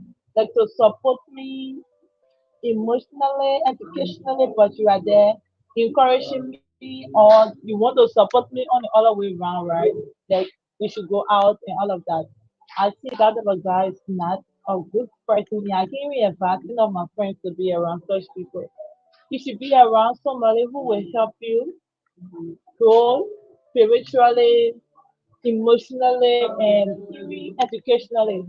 For most of these guys, they like people going out. For us in our department, they always call all of us, we the girls there, like we dress so like for the mirror with something, while other girls from other departments dress something somehow. I will tell them that we are who we are. We are not going to change for anyone. So dressing sexy doesn't mean that I will not stand for what I stand for, or I will not be where I'm supposed to be, or where other are, I will not be there. Dressing sexy doesn't mean anything. It comes that once in a while you do such thing, but doing it every time, God pushing you towards it, I'll say that guy does not mean good for you. A healthy relationship, I see in that know is someone that is there for you, someone that is supportive in everything that you want to do. And when the person see you going on the contrary, and then the person able to bring you back and say, "Oh, babe or mom, this what you are doing is not right. Come back and focus on what you want to do. Focus and follow your dream." I see that as a very healthy relationship. For me, I have a friend that is always there. Like he supports me in every form, in every manner. Right? So if I'm going on the contrary, he will always say, "Hey Rose, this you are doing is not good." I see it to be a very healthy relationship because he's able to counsel me more than even my father or my brother would do. So he just there. So a healthy relationship for me, I see it that you should be the person should be able to counsel you, should be able to tell you you're wrong and you're right. That's part of how you will feel. The person they should just make you feel like they shouldn't just say they shouldn't make you feel that shame in public when you do wrong in public. They bring you inside and then they tell you your wrongdoing, not on the street. A healthy relationship is very important. It's not where somebody is making you to feel they are destroying your mental state because some relationship is not healthy. Like men on the street, when your wife or your girlfriend do a small thing, then you lash at the person you want to even slap them. No, that's not healthy. Toxic relationship is not good. But when you will make mistakes in the wrong and then the person is signal you from when you get to the person is disciplining or they tell you you're wrong doing, it's very important. That person is trying to put you on the right path. You might see it to be wrong. But if you sit down, you think, you know what the person is doing for you is very, very important. Always have a healthy relationship. Communication should be there. Know how to talk to your partner and everything. So I see healthy relationship to be something that your partner will be able to educate you in your right or your wrong or be able to help you in everything you are doing. Um, most definitely, I believe so too. Having a healthy relationship, you'll have to be able to communicate for one, because I feel communication is the key. Respect Yeah. yourself first, because if you don't have respect for yourself, you will not have respect for the other person. Even the body said, can you do if you respect your body, you will not disrespect the next person's body. Because if I disrespect your body, I don't respect my body. So everything I would do is work on that part. So now we're gonna go to the next question. Like I said, you can pick it back on the next question I asked the other person. So now we can go to spiritual depth and healing. I know what's her name is very, she already spoke on her spirituality. I appreciate that. So but now we're gonna go on the spiritual depth. So I'm gonna go with, and I'm gonna ask you. The question is, what does God means to you personally, and what's your experience with God? So personally, um, we've been learning from the Bible that God is our heavenly Father. Because, like I said earlier, I'm a Christian, so I studied the Bible. We studied the Bible in our churches. So yeah, God to me is my heavenly Father, one whom I pray to, and He answers me, and I communicate with Him as a friend. So yeah, that's God, and I've always prayed, and I'm always praying to have a personal relationship with Him. One where I get up in the morning, I tell Him that this is the day that you have made. I'm going to rejoice and be glad in it.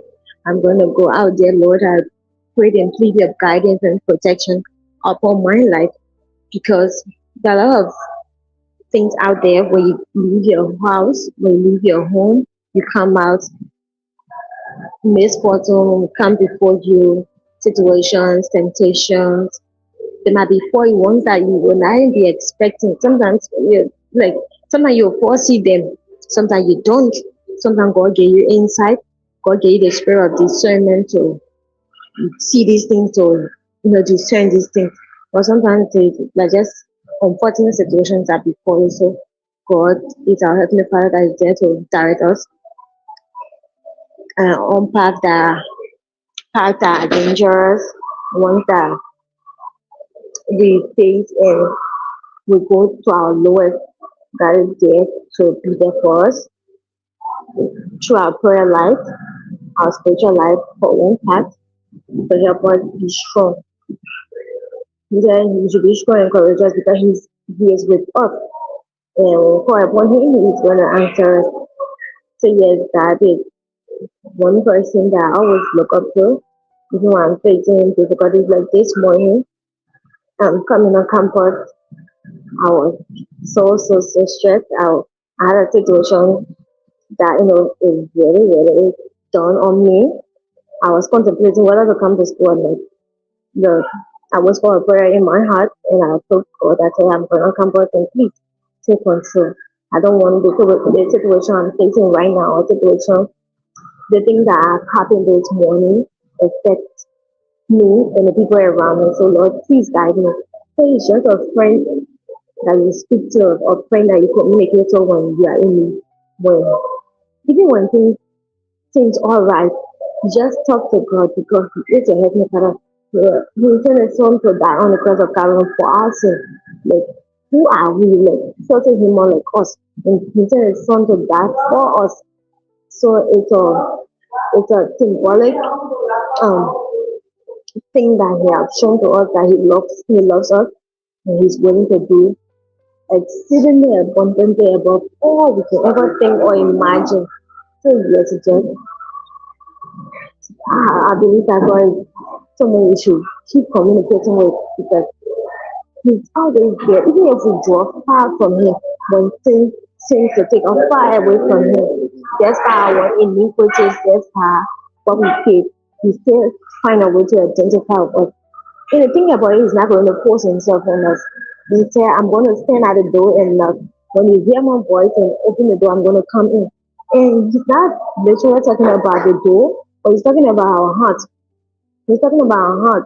Like, if sin drive you far away from God, you think when he's knocking, you're going to hear him? Definitely not. Because the sin we commit each and every day, it drives us far away from him. So when he's seen at the door knocking, we're not going to hear him. But once we start identifying and realizing that we have sinned against him, and we are realizing and we're coming to repentance, that voice start to get clear in our ears. We start to understand that He's calling.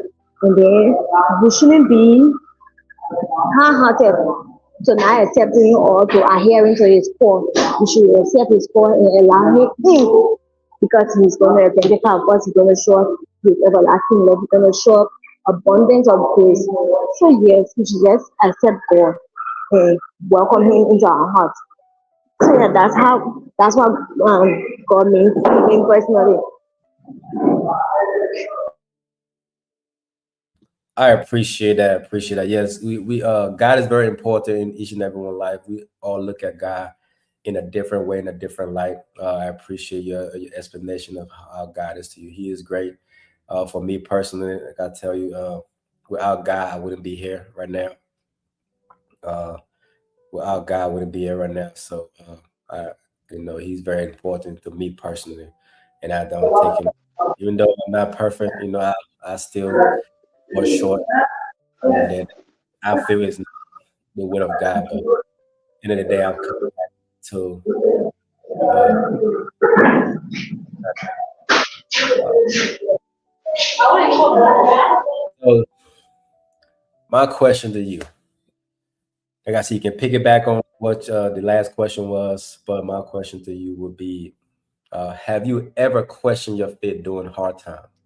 Have you ever questioned your faith during hard time?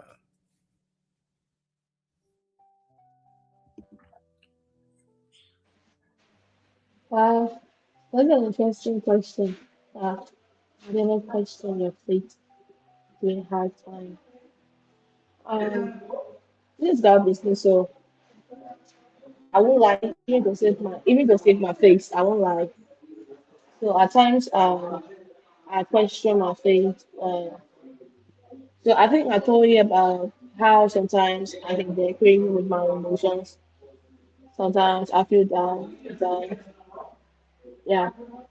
So I'll be like, God, am I not serving you right? Like, Here I am, or younger. I've tried my best. I know that it's not about might, it's not about power, it's by your spirit. But I've tried my best, and I'm trying to do this, but I'm not seeing it in result that I'm getting from it. So this is not the result that I want. There's this time when I was just graduating from high school, I had a scholarship. I had a scholarship to travel, to go and further my education and to come back. But interestingly, my documents were not my documents were not correct, and I was like, God, I know you can do mighty things. I know you can do great things. Can you just make this work out for me? So for my end, I've questioned, oh, I've questioned. And sometimes I've been like, is it that God is not doing this because I'm not quite seeing because I'm not having too much faith in Him. Like, why is really happening to me? Why is it that things are working out for people and sometimes the things that I wish to work for me, they are not working for me. So I have questioned my faith. Questions for at times when I feel down, I feel low. I do question my faith sometimes. Like maybe I'm not trusting in God more. Maybe it's because I haven't taken too many advice. Yes. So that's the reason why He's not hearing me. Or is it that I'm truly believing in God the right way? I've come to the realization that during hard times, it's better to go through it and to avoid hard times. I remember the story of Jesus and the disciples on the boat where when the wave, the storm was too much and they were there, they were complaining and they turned back to God. And when he came out, we said, Peace be still. Sometimes we question our faith, which of course I've done. Sometimes we feel that we're not trusting God the way we should trust God. Well, I've reached to the realization that His plans are the best. His will is the best. I believe that if God wants me to go through this, if I'm here, it's because He is spiritually disciplining me to something greater. He's spiritually disciplining me to something better. So I'll go in His plan and I'll trust His will. Thank you.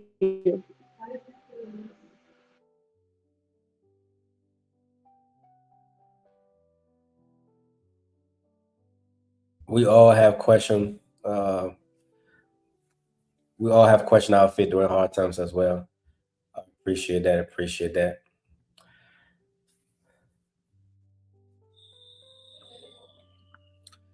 Okay, man. Like I said, you can pick it back on it. We're gonna go low. We're gonna go a little faster this time. So if everybody can shorten the answers a little bit to at least a couple of 30 seconds to a minute, so we can go through this faster. So I know you guys have places to be, places to go. College student. I already did mine before. So I'm out of there. But so we're gonna go a little faster. So like just kind of again shorten your answers a little bit for each one. But my question to you would be, how does fit help you deal with pressure, heartbreak, or fear? How does your fit help you deal with pressure, heartbreak, or fear?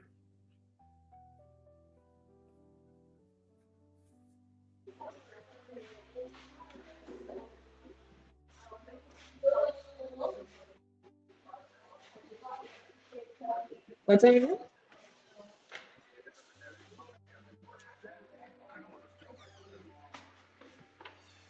Do you hear me?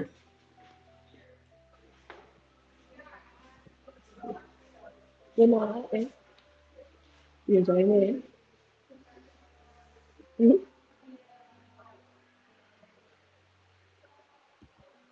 Hey, me, Joko. You, Papa, Did you hear you. me? No.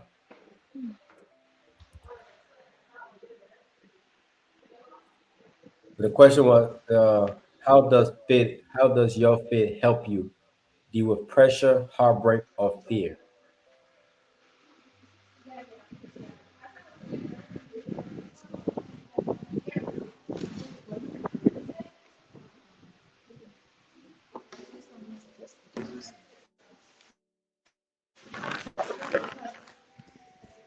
When something is hope with evidence of things not seen, right? So maybe this thing is in a real one where I have to deal with heartbreak, I have to deal with how to overcome fear and then the pressure. It's just simple. I left my main of God that the Bible that we read, the Bible is God's word. So for the fact that studying a Bible is a part of you. So whenever you find a certain situation like when you feel something is pressuring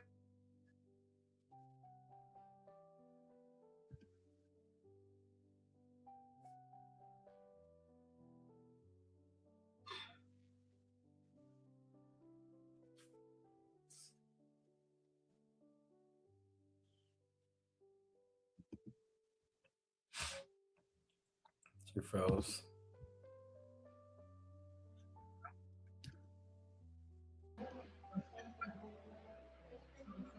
She froze.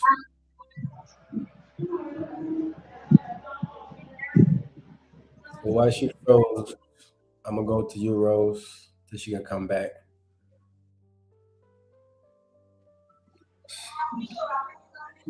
She froze. Network ain't networking. For you, Rose, my question to you would be: how can a young woman stay grounded in God in a world full of distraction? How can a young woman stay grounded in God in a world that's full of distraction? Well, I can you almost say grounded in God in a word for discussion. Being focused or grounded in the world of distraction is not an easy thing.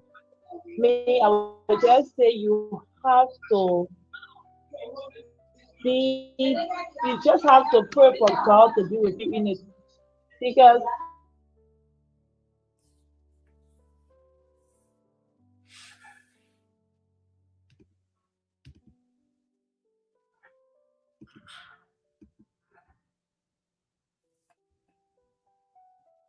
God lifted.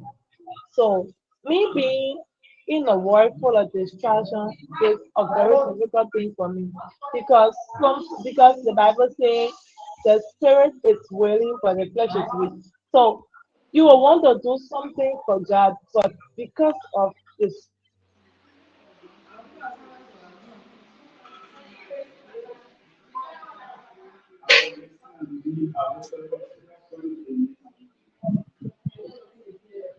I guess the network is not networking so far again.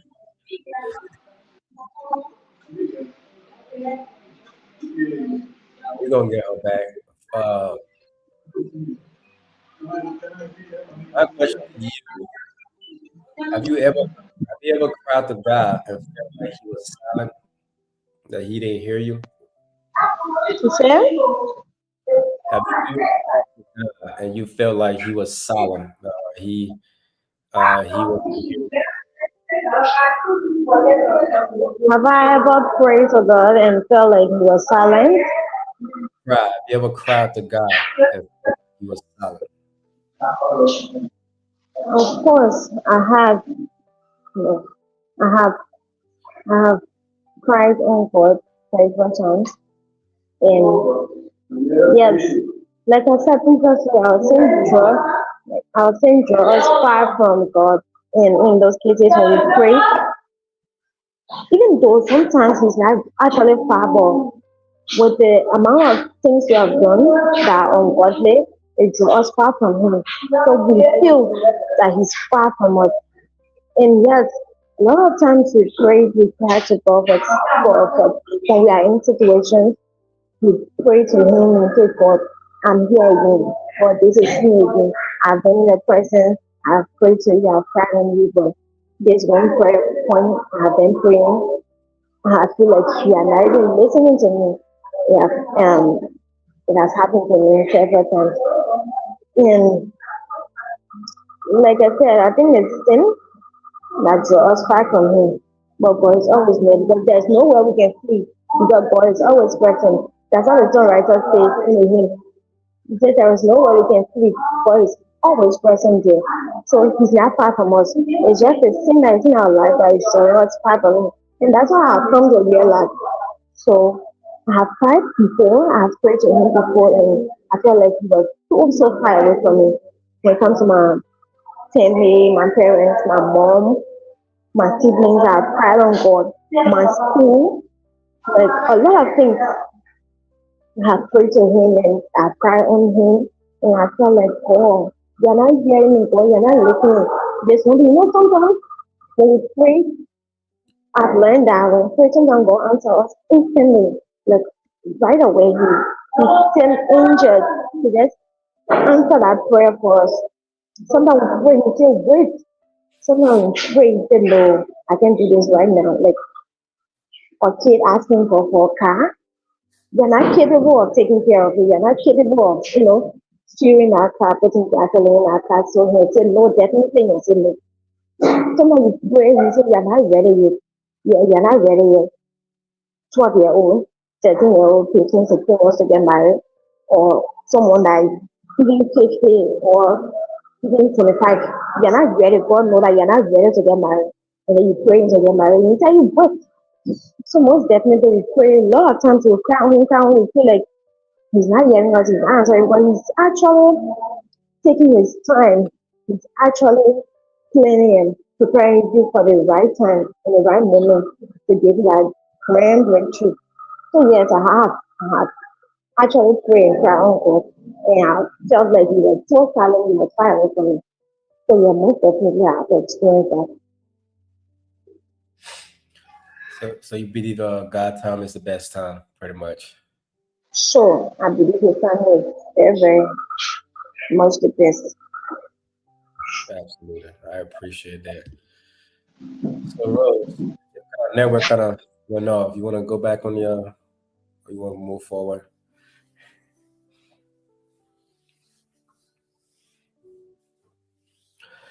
So now we're gonna go to the education and the information of so I appreciate all the answers. I appreciate every one of you guys for doing this.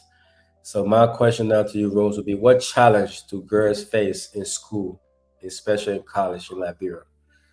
What's some of the challenges that girls face in university in Liberia?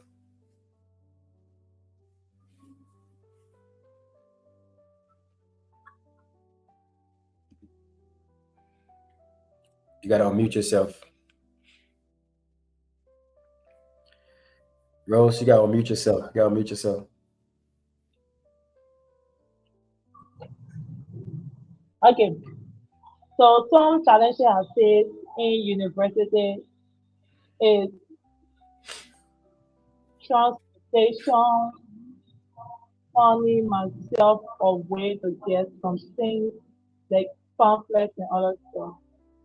Because you, as a girl, for me, I have a feeling like as we were talking about family, family should be someone that you should cry on, you should lean on whenever you are in need. But my family is not like that. So I try struggle on my own to make way, find means to get transportation and coming to school, finding things that like pamphlet and other things. So it's somehow difficult for me. My challenges in the school mainly is transportation issue. I find it so hard for me.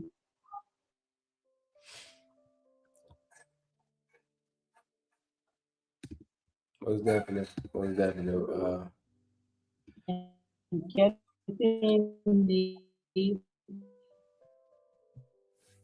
and right now for my level is like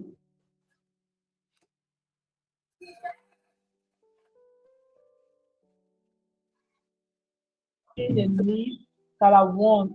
My friends will be ahead of me. I have to come on campus, ask questions. I have to go find me to research for myself. So it's very, very difficult. So that's some of the challenges I go through. Transportation, getting an internet phone or computer somehow. And getting encouraging words from my elder sister or my mom or my dad. So they are not there for me. So I feel somehow emotional sometimes. Like no one is there for me. No one wants to stand by me. That's a challenge that I feel that people have left me in this world that I should face things on my own. So I don't know much about other people, but for me, that's how I feel. That is some of my challenges I go through in university.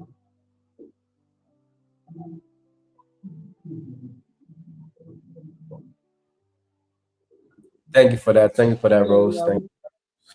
Hopefully, we can work on that. I mean, y'all, if that's just all your challenges, that's that's not that bad.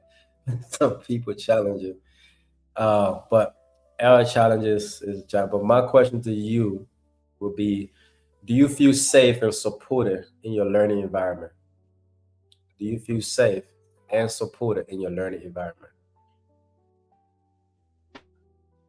So to some extent, I'll say I feel supported. Yes, I feel supported. But for safety, I wouldn't say yes.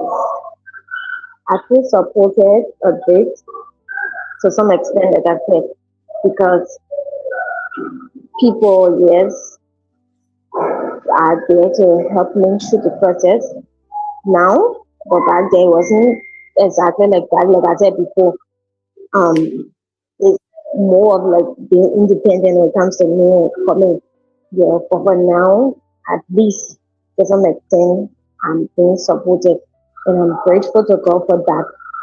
But for safety, no, I don't even have a safe environment where I study. Honestly, at home, let me just say at home, no, I don't feel safe. Um, um, when it comes to learning, home is not for me. I'll say home is not the best place for me. I feel more, I feel secure when I'm on campus.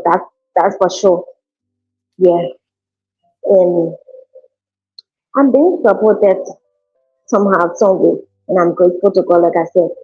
But safety, even the learning environment, even on campus, there's the university, we are struggling. Yes, government, with the economy, everything. Even the toilets, the bathroom, they are not even safe without the learning environment. So yeah, it's not actually conducive. But not to be demeaning, at least we have our university to learn in. We can be able to build ourselves for the future, for the legal war that's out there, the working environment. We can be able to build ourselves from here. Because they say our school, once you are done with this university, there's no challenges you can face and you can be able to handle. So yes, we are trying to maneuver our way through. But to some extent, I'm being supported by friends, family members, at least at this point in time. Yes, but it wasn't as much as back then. So yes, I would say I'm partly being supported now. Yeah, so we gave God all the praise for that. Okay, I hope it get better as time goes on because you have to feel safe in where you learn. And if you not feel safe, you're not if you're not supported, it's not. I think it make it more difficult for your learning, especially like transportation is already hard. You already have different things that you go through, and then being safety, looking over your back, looking over your shoulder every time when you try to get your education. I don't feel that should be that is good. But we thank God for life because only Him can protect us and keep us safe. But hopefully, in the near future, it get better under the administration of Joseph Boaka or whoever coming there and the president of the school as well. I heard they're going to renovate the school somehow. So hopefully they can have safety in mind as well because to be safe somewhere, if you safe somewhere, you can be more, want to learn more, want to be comfortable learning better when you're safe. when you constantly look over your shoulder, make it a little harder. Okay, so I appreciate that. So Rose, for you would be my question for you would be, what is harder, getting into college or staying in college? What is hard? Yeah, what is harder for you, getting into college or staying?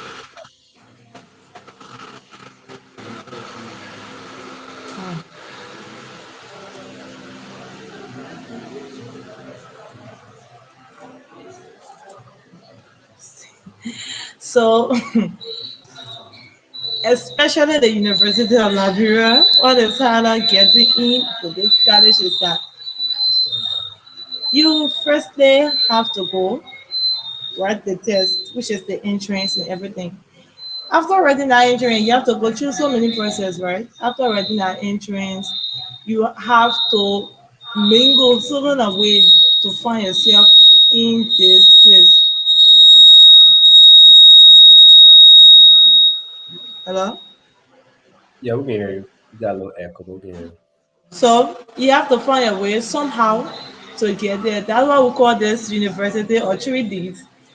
You are finding it difficult to enter, difficult to stay. And in staying here, there are so many things like challenges that you will go through in the hands of teachers, of instructors, your chairman, or some of your friends, and even our militants, the way they behave, the way they do things, and they make you to stay long. Like some of us, when we enter the school, we used to be like, we're not stay long, we spend the exact amount of years we're supposed to make.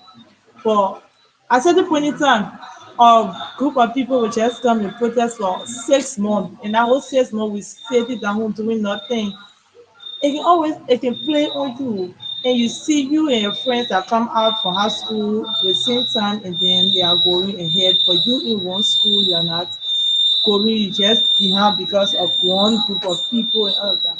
So in this University of Liberia, entering is difficult because before you even enter, you go write insurance.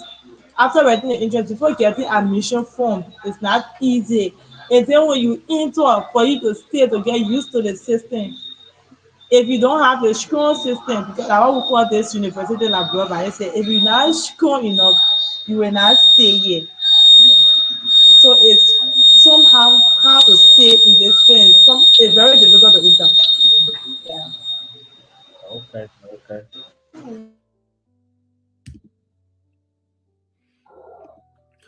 Wow, it shouldn't be that way, but I mean, anything is easy. You wouldn't appreciate as well. So I feel because it's like that, we kind of when you in it, you appreciate everything. That's why when you graduate, you feel pride because of what you had to go through just to get in there and just to stay in it. And I'm talking about just to finish it. I mean, you definitely gotta feel pride because that's a whole life lesson by itself, just to enter university and stay and finish it. So, my question to you would be: do you feel like your education will actually leads to opportunity in the future?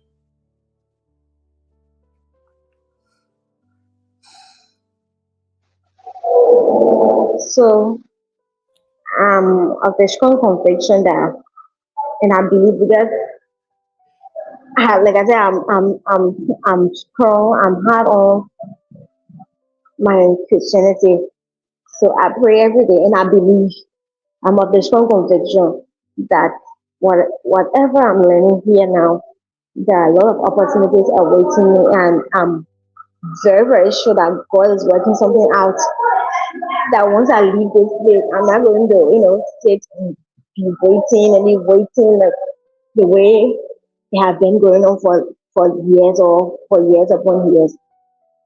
I'm studying chemistry actually, and I believe that God, in His own infinite way and wisdom, He's going to do something great for us. Not me alone, because when I'm speaking, I like to be inclusive. I like to include. So I believe that whatever we are doing here now for making something even bigger and better for us when we leave here. And hopefully, once we leave, we're not going to sit back and be waiting. I believe that God is going to give us opportunity that will even be picking out, or will even be like very choices in what to pick and what not to. So yes, I know there'll be opportunity, great and greater opportunity for what we are learning here now, what we are studying here. There'll be a lot of opportunities. I believe that for sure. Most definitely, most definitely. I pray so too. I pray the opportunity to be there. Most definitely, most definitely. I'm gonna go one more question for you before I go to Rose. Do you feel like how many girls actually graduate but still struggle to find job in Liberia that you know of? That for that, um, the other day I think I was checking up something, and I saw statistic. I don't know if it's accurate or not, but I said that 59% of young girls in Liberia we just graduate, and then nothing doing. So that's a huge range. Just imagine. I'm not certain if that is actually accurate or if someone just posted that. But if that's the case, that's a very huge gap. That's a very huge gap because now girls that are getting involved into advocating women and children rights, young women, young girls are getting involved in these things and making headway. They are making impact in society. So if we are graduating and the opportunities are not there for us, we are just going to continue that line in that line where they say the culture is meant for the kitchen, for the home, to take care of the kids. And it shouldn't be that way. Not because yes, not because you're doing something that means it's right. Honestly, not because I'm eating pepper right now, then I should tell people that oh it's so good for you to eat pepper. No, not because we used to do it before, that means it's the right thing for us to keep doing. We have to create the opportunities for young women. We have to create skills, what they feel secure to speak. Like this platform, we can speak our mind, we can say what we want to say, we can express ourselves, create space where young women can express themselves. I can tell people, I said, don't never underestimate the power of a young woman because there is love within her that she need to pour out. When she pour it out, there are greater things that will happen. Great things gonna happen. So there are a lot of young women I know of, lots and lots of young women. Some of them taught in primary school, some of them in secondary school, some of them graduate from the university, good universities, but opportunity is not there. Like someone graduates and then they looking for a way to do content. I know it's not a bad thing, right?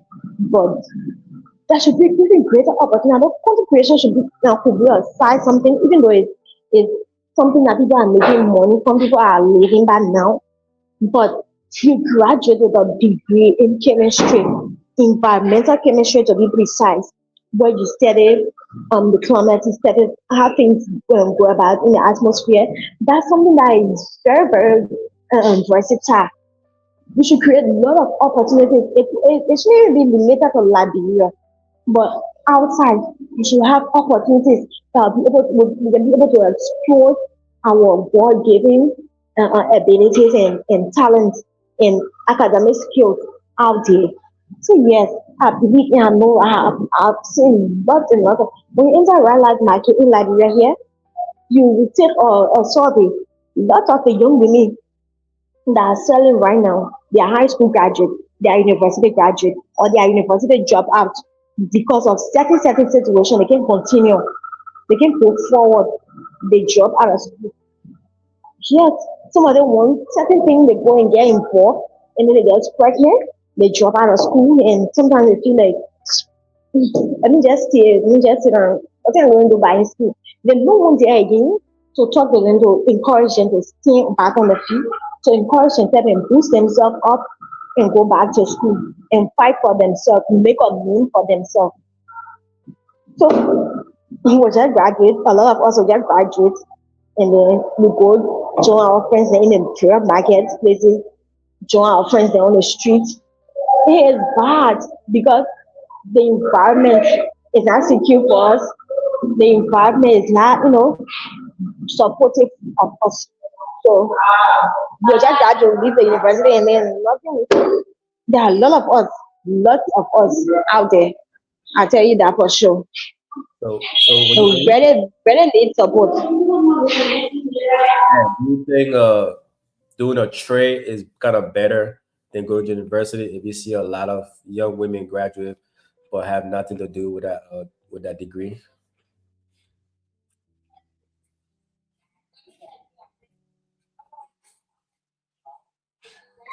You see? I didn't get you, friend. So seeing that a lot of young women find jobs after graduation, do you think that them doing a trade before university is something that they should consider instead of jumping into the university? Of course, I think that's something that we should start considering now. Yes, even me before getting admission to the university, I had already started something else, like vocational training. So we should be able to empower ourselves in a lot of ways. We can, young women, we are talented. We have God given talent. We can do a lot of things with our hands. Some people they just use their hands, their finger to preach it. They are making money out of it now. You can see on the internet, on TikTok, on a lot of social media, young women they are owning their own businesses. But sometimes when we feel like we're too big to get involved, we feel sometimes our pride can take us down. When you're too proud, you feel like that place is not meant for me. You want to enter university. Sometimes university is not just all to it. Get involved in these small things, smaller things rather. Pastry making and cake baking, tie and dye. These are things that at least if the university are not doing it or the government not providing opportunities and means for us to get jobs, we can venture in these things and start making businesses, start supporting our families, helping ourselves. Yes, I believe that's a good idea we should start doing. That's a good thing we should start doing once and two. Not to wait. Sometimes we say waiting too. That can cause the problem. Because the government with the economy, they will not do everything. Yeah.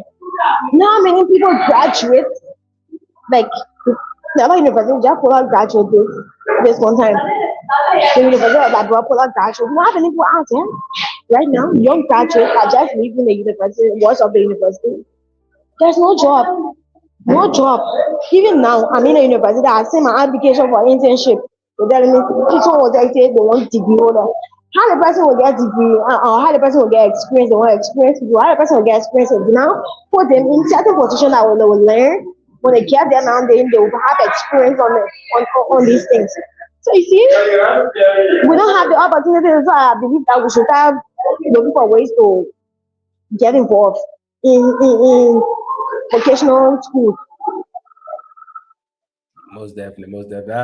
I believe too. I believe vocational schools and trades should come after high school and then later on go to university as you want to further your education. And especially that I see a lot of people want to come to the United States or other European country but want to come with just our degrees. Most of the country does not honor our degrees from back home, but your trades that you have, braiding hair, baking, and doing different things, is actually the most much needed than your degrees, pretty much. Because as you get into those things, and then you can kind of open a way for different other opportunities. So we have to not just have one source of income. Or say I'm just going to drop everything, go to university, because a lot of things that's what we do. Uh, which is, but I feel you on that. My next question is: do you think women in Liberia have an equal opportunity as men? That's for any of you guys to answer. So the opportunities these days are you see the opportunity is becoming, let's say, more like 50-40 because now people with the whole gender equality, people now You know what I'm saying? People starting to prioritize women with the whole, yeah, gender advocacy, hearing women all over the place now. Because our rights, our voices need to be here. We need to be seeing places. This is some places they're only taking male teachers. No, women too are capable of teaching in the classroom. So why not accept females to teach? Why not accept females in these places? Oh, but at least for one or two places, like institutions, organizations, they are giving women and girls preference. Yes, and that's a good thing. Yes, I wouldn't say the opportunity is equal, but I would say we are being given preference now to participate, to be places that were say men should only be. So yeah, Rose, what's your input? So women and men having equal opportunities. They don't have equal opportunity in Liberia. We are still fighting, we are still pushing, we are still advocating. But at least it is much more better because I can say it is 60-40 like my friend said. So women are now evolving and women can now stand to where men only men used to be. Women are now taking the front page on something. Even though the equal opportunity is not there, but we are still pushing, we are still advocating for that. Because some women have the potential and have the power to say and do something that men can do. So at least we are pushing. It's not equal, but we are trying. We are pushing forward. Okay, most definitely, most definitely. It's pretty much. I mean, it's not everywhere. You know, women still. It's certain things that still, especially in West as well. At certain times, women couldn't do certain things. Like you said, women were just meant for to stay at home and stay in the kitchen and do all this other stuff. But I feel when we all work together as one team, instead of looking at what type of sex you are, because we all have our strength. There's a certain job a man would do that, a woman don't want to do that. I mean, that's not meant for women regardless. So, but my question to both of you guys, anybody can jump in, is what is one thing the government is doing right for women now?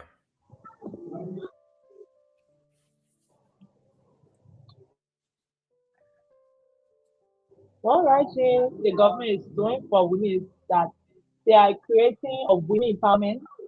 They are trying their best to incorporate women when it comes to education, making women to speak her mind. At least they are trying their best for women to advocate for their fellow women. So that one is I see the great preference to for women to take the front lead to advocate for their friends and empowering themselves. Okay, so what's your input?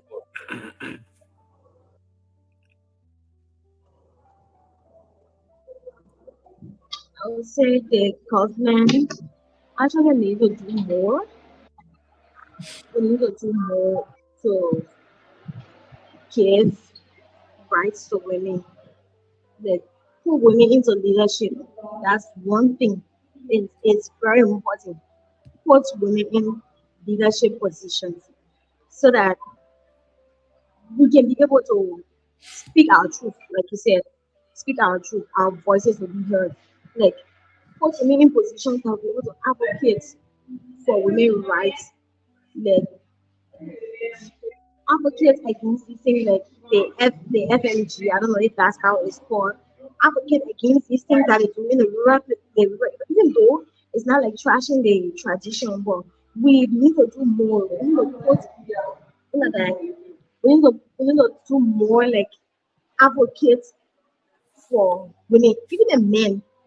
The men can put themselves in this position and advocate for women to be put into leadership position. And I believe that's one of the needs in the government in the do. And it's very key and crucial. It's very, very key and crucial. I believe that when women are in this position, they'll be able to give more, give more. Like take for instance, the former president of Liberia, Ma Ellen Johnson Sirleaf, she was put in the position a female president of Africa, if I'm not mistaken, the female president first. And she did great. She did great. Yes. So we should be able to put women in leadership position to make our voices hear and give women rights. So yes, that's it. Most definitely, most definitely. So, what is one? What is so? I guess you said need a position be one of the things that the government need to do immediately. Uh, my question. So, if you would speak directly to the president right now, what would you say to the president? I'll say we should fix the issue of violence when it comes to women. Also, we should fix the issue of violence against women, children, like just violence in if I should put it in one picture, we should fix the issue of violence. And it's very important nowadays, more violence against women, violence against children is just increasing. So if I have the opportunity right now to speak to the person of like girl, that's one thing I would love and I would want to say to him to fix the issue of violence. Just that. What do you think the issue is? I mean, what does that look like to you? I mean, I know you said to speak on that, but what does that look like to you? What do you think he have to put in place that would make it better? Do you think he need to put a stricter law, or the police need to take a stricter action towards individual that violates women rights, violate women's bodies, assault women? What does that look like to you? So for me, go ahead. So I, I believe that what that would look like is I'm coming sorry.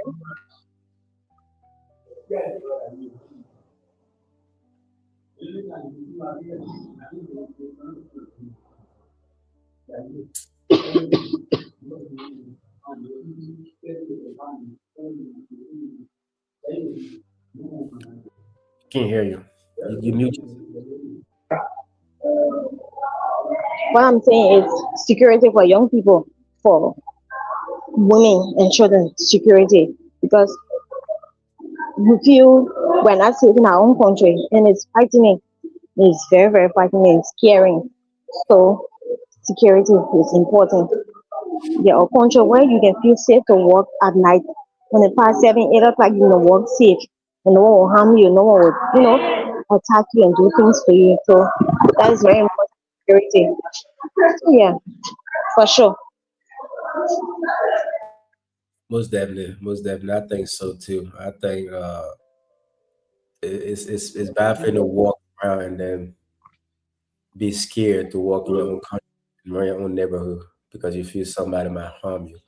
So what you think? What's your output? What's your input, Rose? So like we actually need a good security system in this country. And when it comes to the idea of women and children rights, like if someone do violence to a woman or a child, that person needs to face the penalty, that person needs to face the law without any time taking. Yes. Because if that is being said, no one will just take um violence or do anything to a woman or a child. You say it like that. So good security system and then taking legal action against those that will do violence against our women and our children. Okay, most definitely. I feel so too. I feel it should be so. I think there's a law, but I think it's not being enforced. Uh, so I think it's not. I don't think it's the law. I think the law is written for people to take action. I think it's just the police not enforcing it the way it needs to be enforced or taking stricter action on those things. But I think the law is already in place. It's just not they have to make sure that the enforcer enforce those rules and laws and have more enforcers as well. I think the thing I see about policing in Liberia and most African countries, you only see them when you go to a popular place like the street when they're doing a traffic stop, or you really don't see them in the neighborhood walking around, driving around. Like in America, we have a patrol unit that patrol your neighborhoods and patrol other places. So you see the police, you kind of feel safe because you kind of see them. But in Liberia, you barely see them, and when you call them when something happened, they probably be 30 hour away just to get to you. And if you don't know where you at, sorry for you, it's over with. So I feel it need more security in the street, it need more patrol unit in these very neighborhoods for us to be secure. So definitely, I feel definitely more security in that way. And another thing is that the lawmakers will make the law, and then we don't abide by them. We are the breaker of the law. Still, we make the law, and then we keep breaking them. We're not abiding by it. We're not implementing these laws. We're not enforcing. It is crucial. Very, very crucial. Very important. Security for the state is important because lives will be harmed if there's no security. Like if there's no patrol unit, the only thing when they are official engagement, they will be there in group. No, it's not how it's supposed to be. I believe that's not how it should be. So it's I very think important. it's getting better based on what I see. I'm like I said, I'm not there, so I can't speak on more. But I think it feel it somehow a few bikes and stuff. But I feel it should be more. Uh, and I really believe. I believe if you have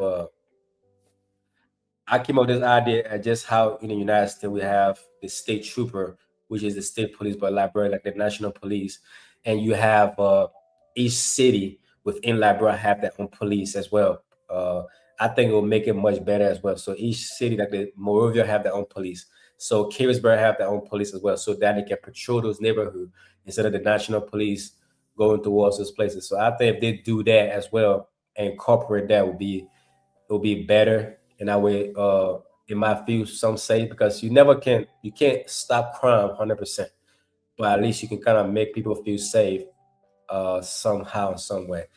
So before we go to the end, so what program or jobs or systems should be created to help women succeed after school?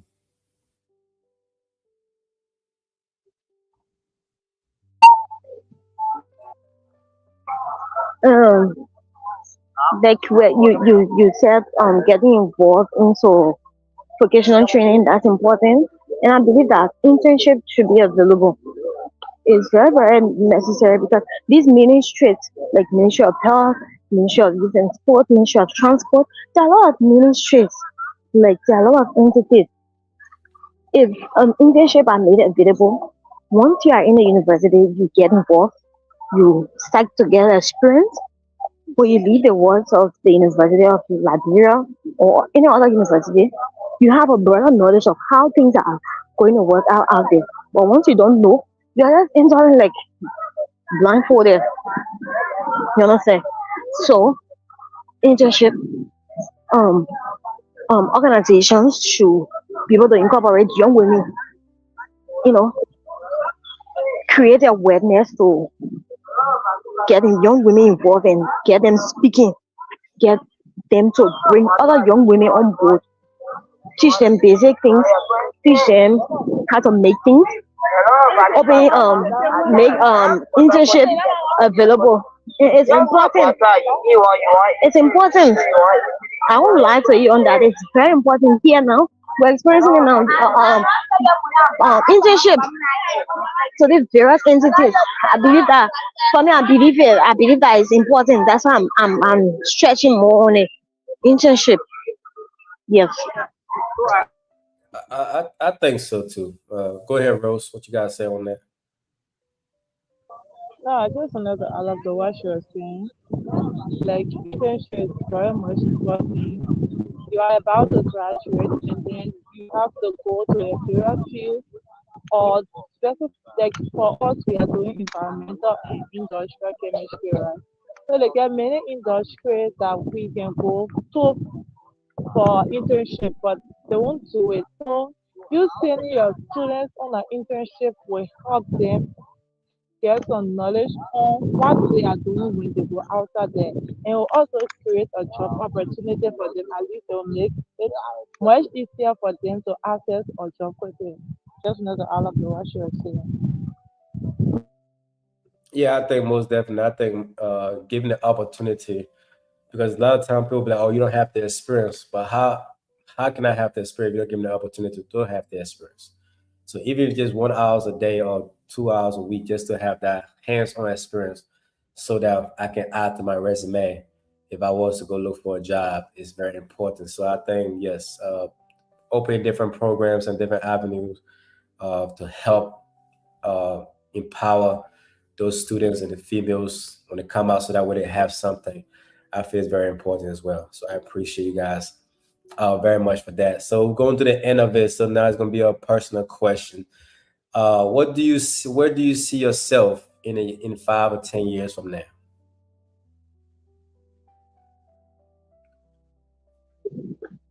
So one person that is big on family.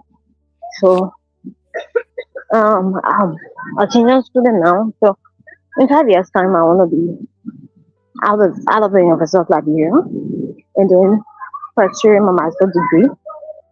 That's for sure because I'm not just going to graduate from the University of Liberia and then sit back and be waiting. That's not something I want to do. I'm going to pursue my master's degree in those 5 years and get a family because I'm actually become family. Get a family of my own. I love family. I love family. 100%. I want to have a family. I want to build something good for myself. I want to have a name for myself. In 5 years time, I want to be known. I want to be known as someone that impacted lives, someone that have left footprints in these 5 years. I know it might seem short, but I know it's possible with the ideas, with perseverance, these things can work. So I want to be someone in 5 years time that will be remembered. And once I'm saying someone, oh yeah, that's Better Cooper. She's this. She's very very good at what she does, and she's an inspiration. She's a role model. Yes, so I want to be known for good and beautiful things. And I want to have a family of my own. That's something I'm very very big on. 100%. So yes, that's me. In 5 years from now, in these 5 years, these are the things that is actually on the list, and I'm going to plug them one at a time. So yeah, That's good. That's good. Rose.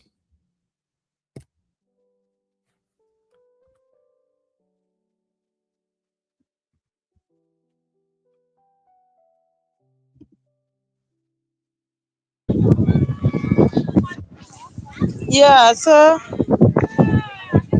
in upon the sort of got the breeze. So in 5 years, actually seeing myself outside the world of this university, chasing my master, and then chasing my dreams also, establishing a business because we know job opportunity are scarce. So creating a small business that will be maintaining me till I found myself in my dream world. But in that, I will also be chasing my dream, getting my master's, and focusing on the things of God and the things that are meaningful to life in 5 to 6 years from now. Most definitely. Most definitely. I pray your dreams and your heart. So I'm sure it's gonna definitely gonna come through. Just gotta believe and keep working on what you're working on. So, what kind of Liberia do you want your children to grow up in? in a very safe, Liberia, a Liberia where um, will not be demeaning, like not letting you to be yourself. a Liberia that is safe, a Liberia that is um secure, security, very much where a child can grow. You understand? Because if you raise a child, we were raised here, we are still here, and our parents were born and raised here. We see how the system is like. So we're coming up now, we want to make the change. For me, I want to make a name, I want to make a change, I want to do something that people, young people will say, wow, wow, the wow when they see or hear what I've done. So once I have leave such a mark and we make such a change this generation and the next generation will be better, and as time goes by it will get better. Like I always tell people, I say like bro it'll get better. And that's for sure, because if you come up with a big dream, I have a very big dream, I want to do great things, great and greater things. If you have that mindset, you want to make the change and you pursue it, you make the change.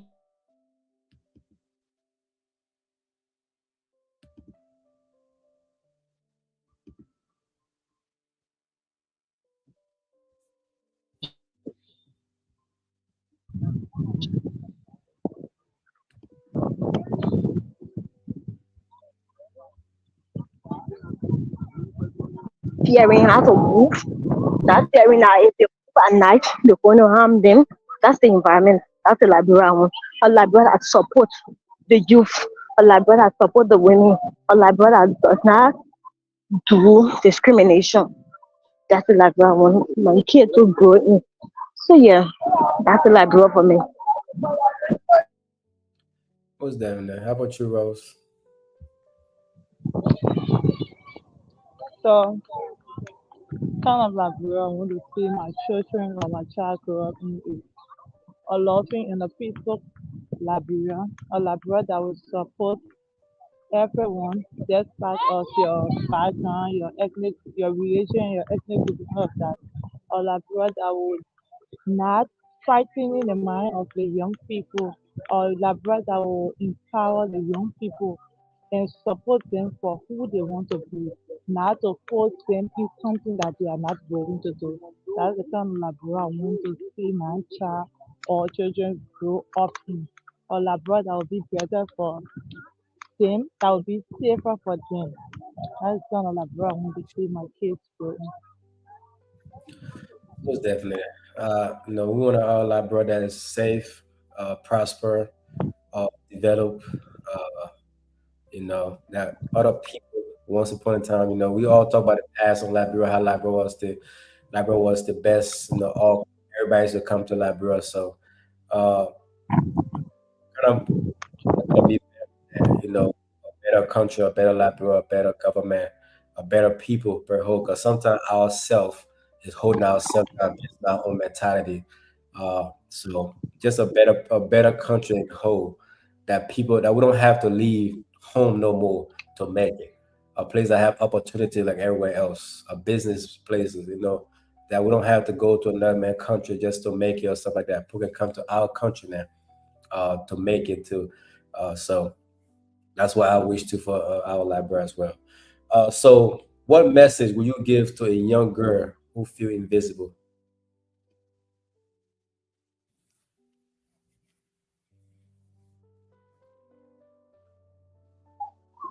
Hello?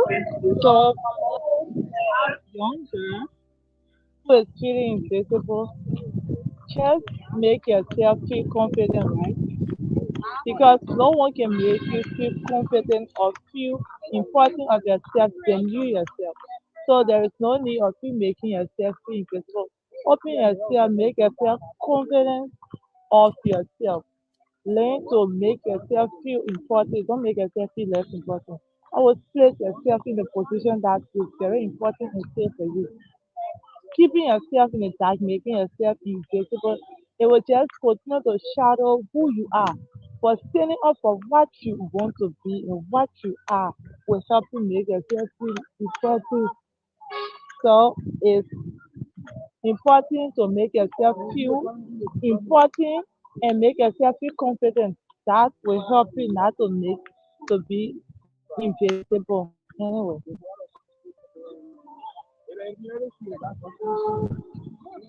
So for this show now, I think I'm losing money. So Okay. So, yeah, so the girlfriend went up. So okay. So my question to you, the last one will be, what does if the world was watching today, what would you say to the world? What can you tell the young people out there, that the young women out there living in Liberia, the young women that try to come up, the the young women that try to go to university, try to find something to do for themselves? What can you tell them? so And message I have for you, message I have for the young women or girls outside there is to, like I was saying, right? Make yourself feel important. Encourage yourself. Tell yourself that you can do it. You can make it. Do not make yourself feel less important. Always put yourself first and tell the world that you stand for what you stand for. You are who you are. You are not going to make yourself less important because of someone else. Put yourself first. Focus on God and try your best and leave the rest to God. For those of our sisters who are not in school, pursue your dreams because some people are out of school because of their child and something. Their child at a young age doesn't mean that you don't go back to school. You have to make yourself, put yourself in a position that you can go back to school and you can make it. Like I'm saying, I'm saying, so my hero is one person that is very inspiring, right? She got pregnant at the age of 15, but she pursued her dream. She pursued her dream and she made it. So I just want to tell them, thank you for taking up that time and listening to me. And so there you have it, people. Thank you, all the females that joined me in this evening to have a discussion. Thank you very much. Thank you very much for each and every one of you. I appreciate it. Today, you didn't just hear voice, you hear the future of Liberia speaking. All right? Not broken, not weak, but rising. So I appreciate each and every one that shows up. Thank you very much. The Rose, thank you for putting this up. Appreciate it. Uh, until we see again, we'll have another one next time. Hopefully, we'll make it shorter this time. And we can have everybody together on one platform and we can have a better discussion. But it was beautiful hearing your mind, speak, say your truth. I appreciate that. So, what would you have to tell the world? If you had one thing to tell people that are watching across the world, what can you tell? I want to tell them thank you for taking their time and data sharing and then listening to us. They should also help share our voices to the country or to the world to make our voices be heard that we are women or girls, we need better future and we need to be heard in that way our voices need to be heard. So I just want to tell them thank you for taking up that time and listening to us. And thank you too for the show. Thank you for giving us the platform. We want to say thank you. Thank you so much. This is a very, very good platform for women and girls to be on and share their view about the country, about how life is. And want to say thank you for this platform. So thank you for having us on the show. Thank you. I appreciate that. Until next time, thank you again. Thank you. I'll talk to you later. So there you have it. All right. So beautiful, beautiful young ladies speak their minds. I know, speak that truth. So if you have anything to say, if you want to say your truth on the Royal Peace Show, as well, it's a platform for everybody to say your truth. Whoever is watching, whoever is listening, any way you can help put your input, get to the president. Like I said, what to speak on: safety, safety, safety first. You know, more security, more enforcer. Because a lot of times the people that writing the laws, those are the same one that breaks the laws and make it harder. So I'm sure the law is written, but we need more enforcer. We need better training. We need better security for the country, for the people, because we can build all the roads, we can develop the country, but if it's not safe, we still go back to square one. And I feel that the police general, how you call him, is doing his thing. Is because I know once upon a time how the Liberian police was, and now Uh, I would actually wouldn't mind being part of that. Just seeing it from outside in right now to I can you can be inside, but it's not bad. But we need more.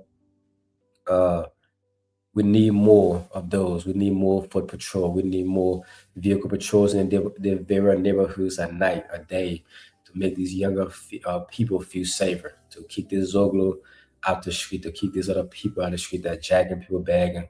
You can, you know, you can walk around with certain things, but at the same time, you walk around your own country, you feel afraid, and it shouldn't be as that. So, thank you all for tuning in today, for watching the Royal P Show. I'm your host, Dr. Royal P.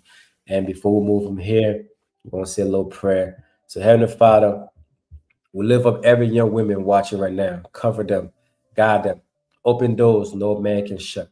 Give them opportunity where there was none, strength where they feel weak, and purpose where they feel lost. Let Liberia rise, and through their daughters, let them rise.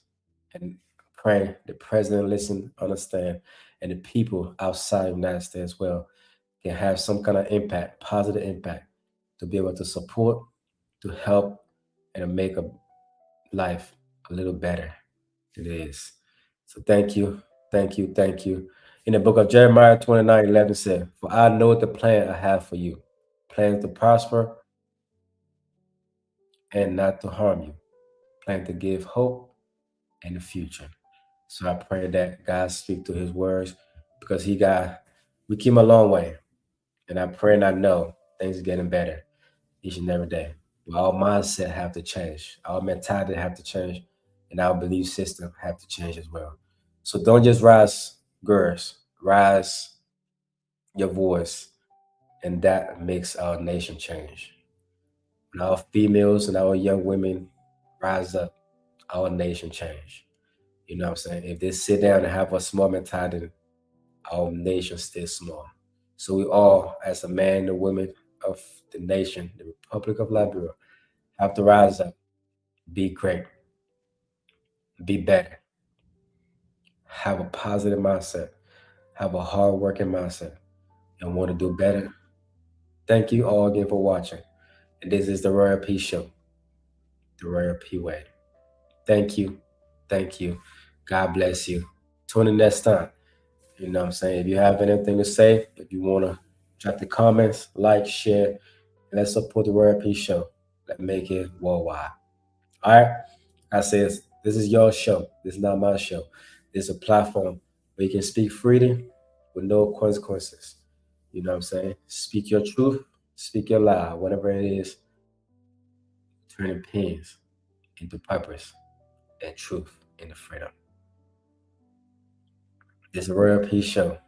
Emphasize the importance of mental, physical, and spiritual well-being. So thank you once again. Until next time, God bless you. And before we leave,